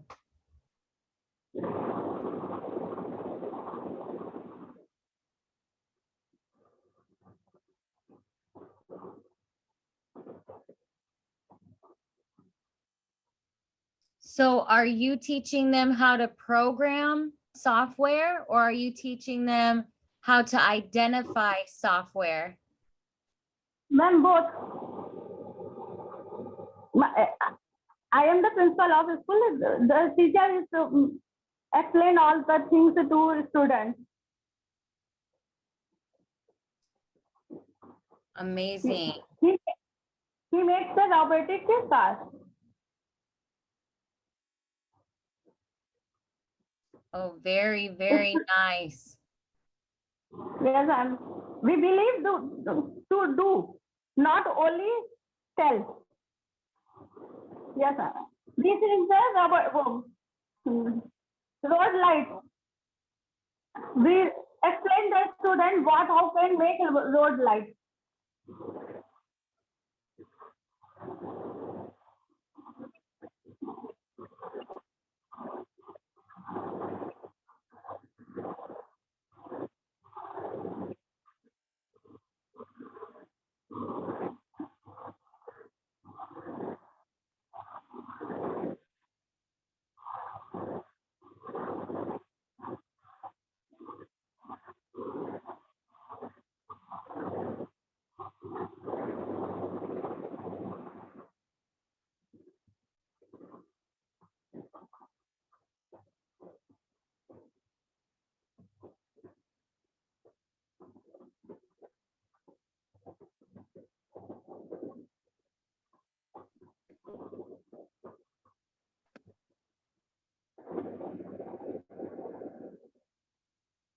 Hello. Yes, we're here. That was amazing. Thank you, ma'am. Thank you. What happened? Not my Zoom meeting is still me. Congratulations. Thank you, ma'am. Thank you, ma'am. Thank you. We believe to do. We believe to do, not only testing, asking.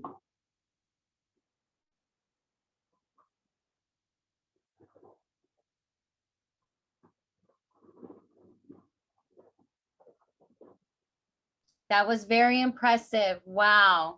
Remarkable. Thank you, ma'am. Thank you. So now we have a video from Job Okello, and we're going to show that now.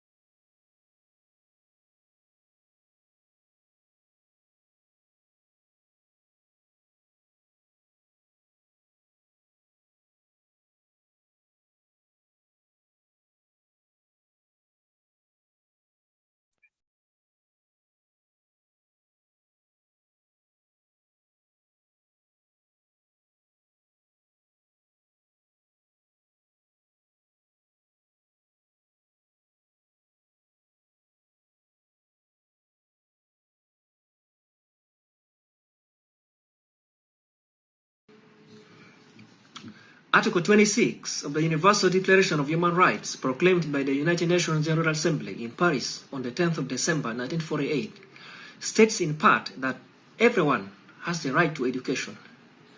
The sagacious ancient Chinese philosopher and writer Lao Tzu said, "Give a man fish and you feed him for a day. Teach a man to fish and you feed him for a lifetime." The statement will go down in history as one of the greatest soul-awakening, eye-opening, and life-transforming statements ever made on education. It describes the kind of education the world is in dire need of today. The future of the world lies in the proper education of humanity. The future of a country lies in the proper education of its citizens. The future of a family lies in the proper education of its members. The future of someone lies in their proper education. The kind of future we will have depends on the kind of education we receive. The kinds of services we render to humanity in our lifetimes depend on the kind of education we receive in our lifetimes. The kind of life we live depends on the kind of education we receive. Sustainable Development Goal number 4 aims to ensure inclusive and equitable quality education and promote lifelong learning opportunities for all by 2030. According to the United Nations, before the coronavirus crisis, projections showed that more than 200 million children would be out of school, and only 60% of young people would be completing upper secondary education in 2030. The Sustainable Development Goal Report 2020 says, in sub-Saharan Africa in 2019, the primary education completion rate was 64%, while the secondary education completion rate was 29%, the lowest in the world. Today, in many countries, especially African countries, many people are receiving miseducation instead of education. The education systems in many countries, especially African countries, are obsolete and prepare people for a world that does not exist. Obsolete education systems produce people with a lot of knowledge that they cannot even apply because the proper opportunities do not really exist. Such education systems therefore prepare people for failure rather than success. Such systems cannot address the challenges of today and even the future. The world is in dire need of education systems that are current. Albert Einstein was right when he said, everyone is a genius. But if you judge a fish by its ability to climb a tree, it will live its whole life believing that it is stupid. The education system that promotes not memorization and cramming to pass examinations instead of discovering, exploring, and understanding concepts to apply them in real life will never address the challenges we face today. Under such a system, students are examined on the basis of what they can remember, not what they can do with what they have learned. Sadly today, this is the education system in many countries, especially African countries, including my country, Uganda. How can we register significant development with such an obsolete education system? Education must be reimagined, rewired, and redesigned so that we address the challenges of today and prepare for those of tomorrow. Education systems should be designed and constantly reimagined, redesigned, and revised in line with the existing challenges. The colonial education systems will never seriously address our problems. They were not designed for us. We need to overhaul them completely and replace them with systems that can seriously address our problems. In a world that is changing at breakneck speed, the education systems that solved the 20th century problems may not be relevant for solving the 21st century problems. Therefore, we need 21st century education systems to solve 21st century problems. In future, we will surely need better education systems to address future challenges. Malcolm X rightly said, education is the passport to the future, for tomorrow belongs to those who prepare for it today. If education is indeed the passport to the future, then what is the fate of the millions globally who have no access to quality education? How will their future be secured? Aren't we ruining the future of those who cannot access quality education? If we are not providing quality education to all the people on earth right now, and we don't change the status quo, then what is the fate of the unborn? What hope is there for them? If tomorrow indeed belongs to those who prepare for it today, then how do we expect those who have no access to quality education to prepare today for their tomorrow? We will never secure the future without providing quality holistic education to humanity in the present. In his poem, A Little Learning, the great English poet Alexander Pope wrote, "A little learning is a dangerous thing. Drink deep, or taste not the Parian spring. There shallow draughts intoxicate the brain, and drinking lightly sobers us again." What a statement, my God. The more you learn, the more you realize you know so little, and the more you need to learn more. It's very unfortunate to know enough about a subject to think you are right, but not enough about the subject to know that you know so little about it. When the great Greek philosopher Socrates was asked how wise he was, he gave a very sagacious answer. The only thing I know is that I know nothing. What a wise man. No matter how much you know, decide to always pursue knowledge. Aware that knowledge is useful only when correctly applied, always be willing to learn and apply the lessons correctly to get the desired results. If you're not willing to learn and apply what you learn, then you will be left behind by those who are willing to learn and apply what they learn. In this information age in which we live, where information is readily available, ignorance is a choice. It is your responsibility to seek knowledge, attain it, and apply it correctly to get the desired results. No one will ever learn for you. No one will ever seek knowledge for you. No one will ever apply what you learn for you. The Chinese have a powerful proverb that says, teachers open the door, you enter by yourself. In life, many doors will be opened for you by many teachers, the greatest of whom is life itself. Will you enter by yourself? Let's work together to educate ourselves. Let's strive with all our might to ensure that everyone always accesses quality holistic education. Let's take it upon ourselves to ensure that everyone is educated. Let's send every child to school. Let's sacrifice our resources to educate other people. If you cannot send 100 people to school, then send just one and strive with all your might to keep them at school so that they finish their studies. Those who are not yet in school should be sent to school. Those who are already in school should be kept in school. Those who have dropped out of school should be sent back to school if possible, or helped in all other ways possible. Our education is our future. What will you do to educate humanity? Thank you very much. And it's always amazing to hear him speak so passionate and so honest about the world and what it needs with global peace. He's been on many summits and many conferences, and he speaks from the bottom of his heart, and you can tell he has faith. You can tell he has hope for the world and for everyone. So now I'm going to wrap it up, but I'm going to give you guys a final message of my perception and my mindset of quality education, SDG 4, day 4. I believe in my heart and in my mindset, from what I've experienced as a student and now being able to transition as an adult to teach others as part of the youth, and now as an adult and part of this new generation of understanding. When I was younger and I was in school, it was hard to sit still in class. It was hard to focus on what we were being taught. Sometimes in school, if our minds were gifted and they would race because we would think about lots of things and lots of information as a youth, as a younger child, it was hard to focus on what the teacher was discussing with us.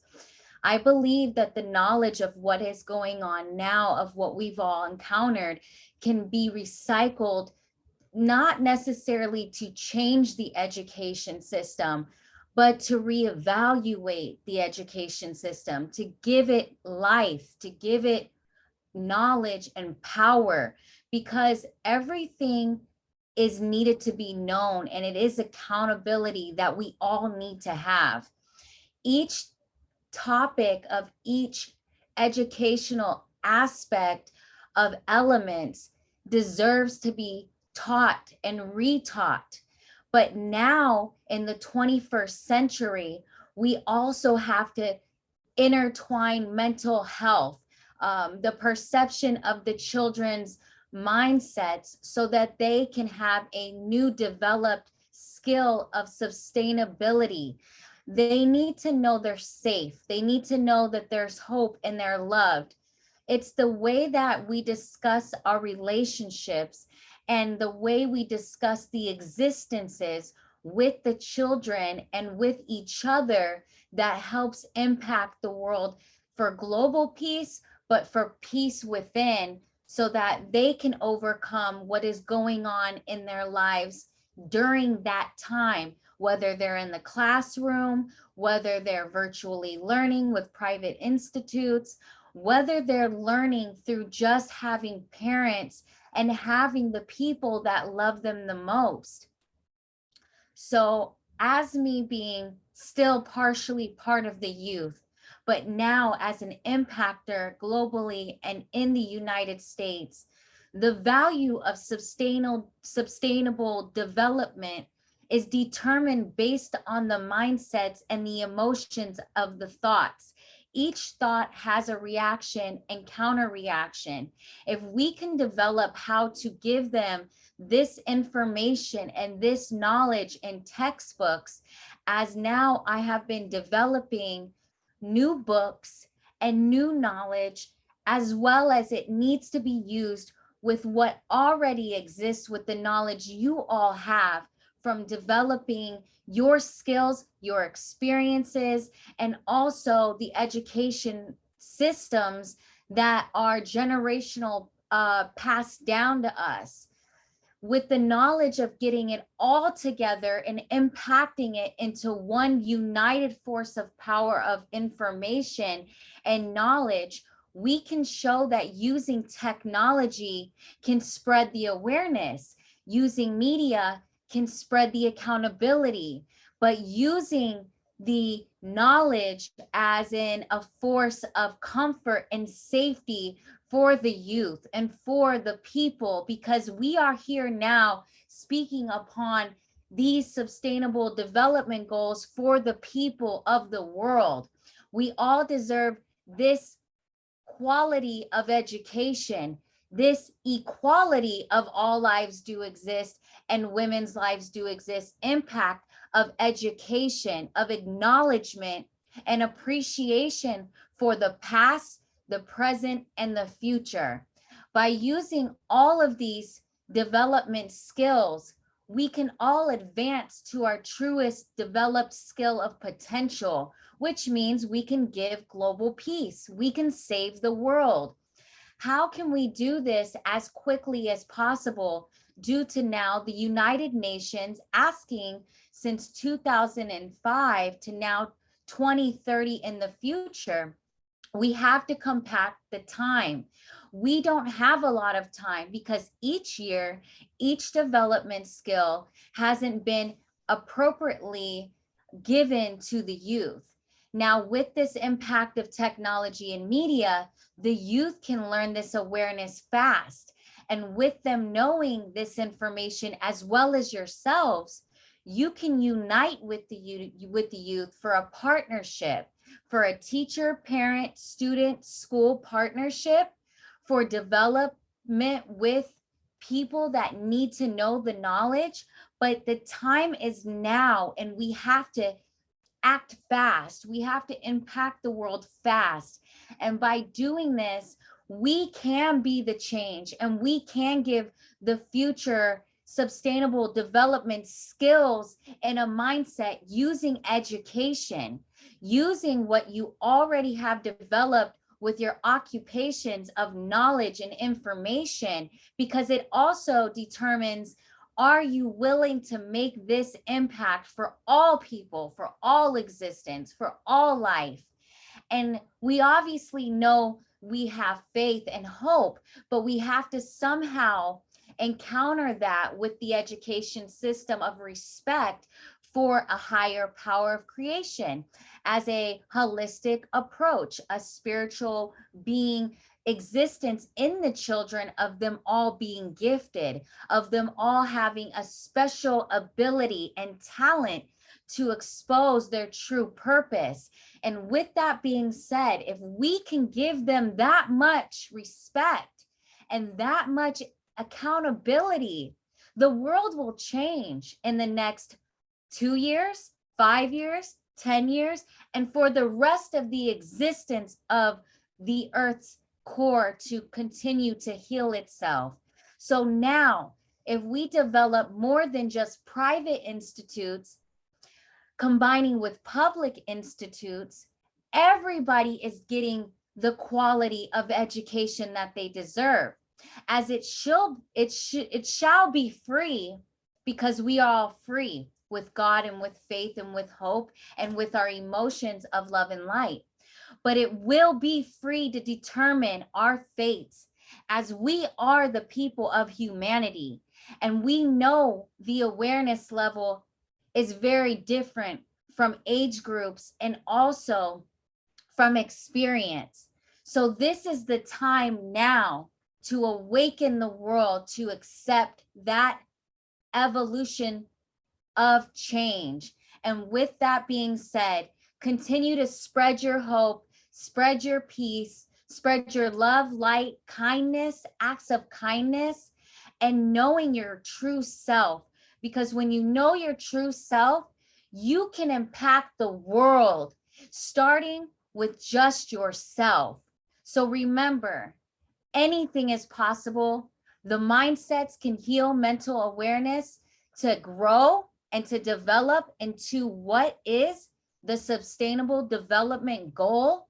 Through the United Nations, they have given us this opportunity of a platform to spread the information, and they want humanity to show their existence, to spread it now, so that we can develop a new generation of love and light and healing.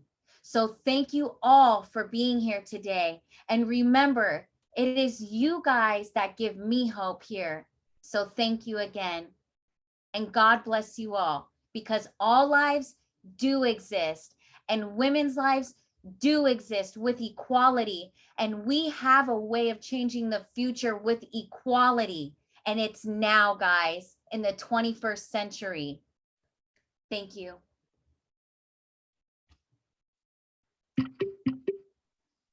Thank you, ma'am. Thank you all. Tiana. Thank you, Tiana. Thank you, and take care. And join Thank for you, Tiana. tomorrow. We'll have Sustainable Development Goal number 5. And happy birthday, Tiana. Buon compleanno, Happy tanti birthday. auguri. Thank you. And I'm always with all of you. So united, we are the change. And you know what? There is the youth that still believes in all of you. And I'm one of them. And I believe in every single one of you from all countries and all forces of power and love. So remember, love and light will always shine through any life circumstance, any mindset, and any emotion that you have. You just have to remind yourself that it exists within you. So remember this.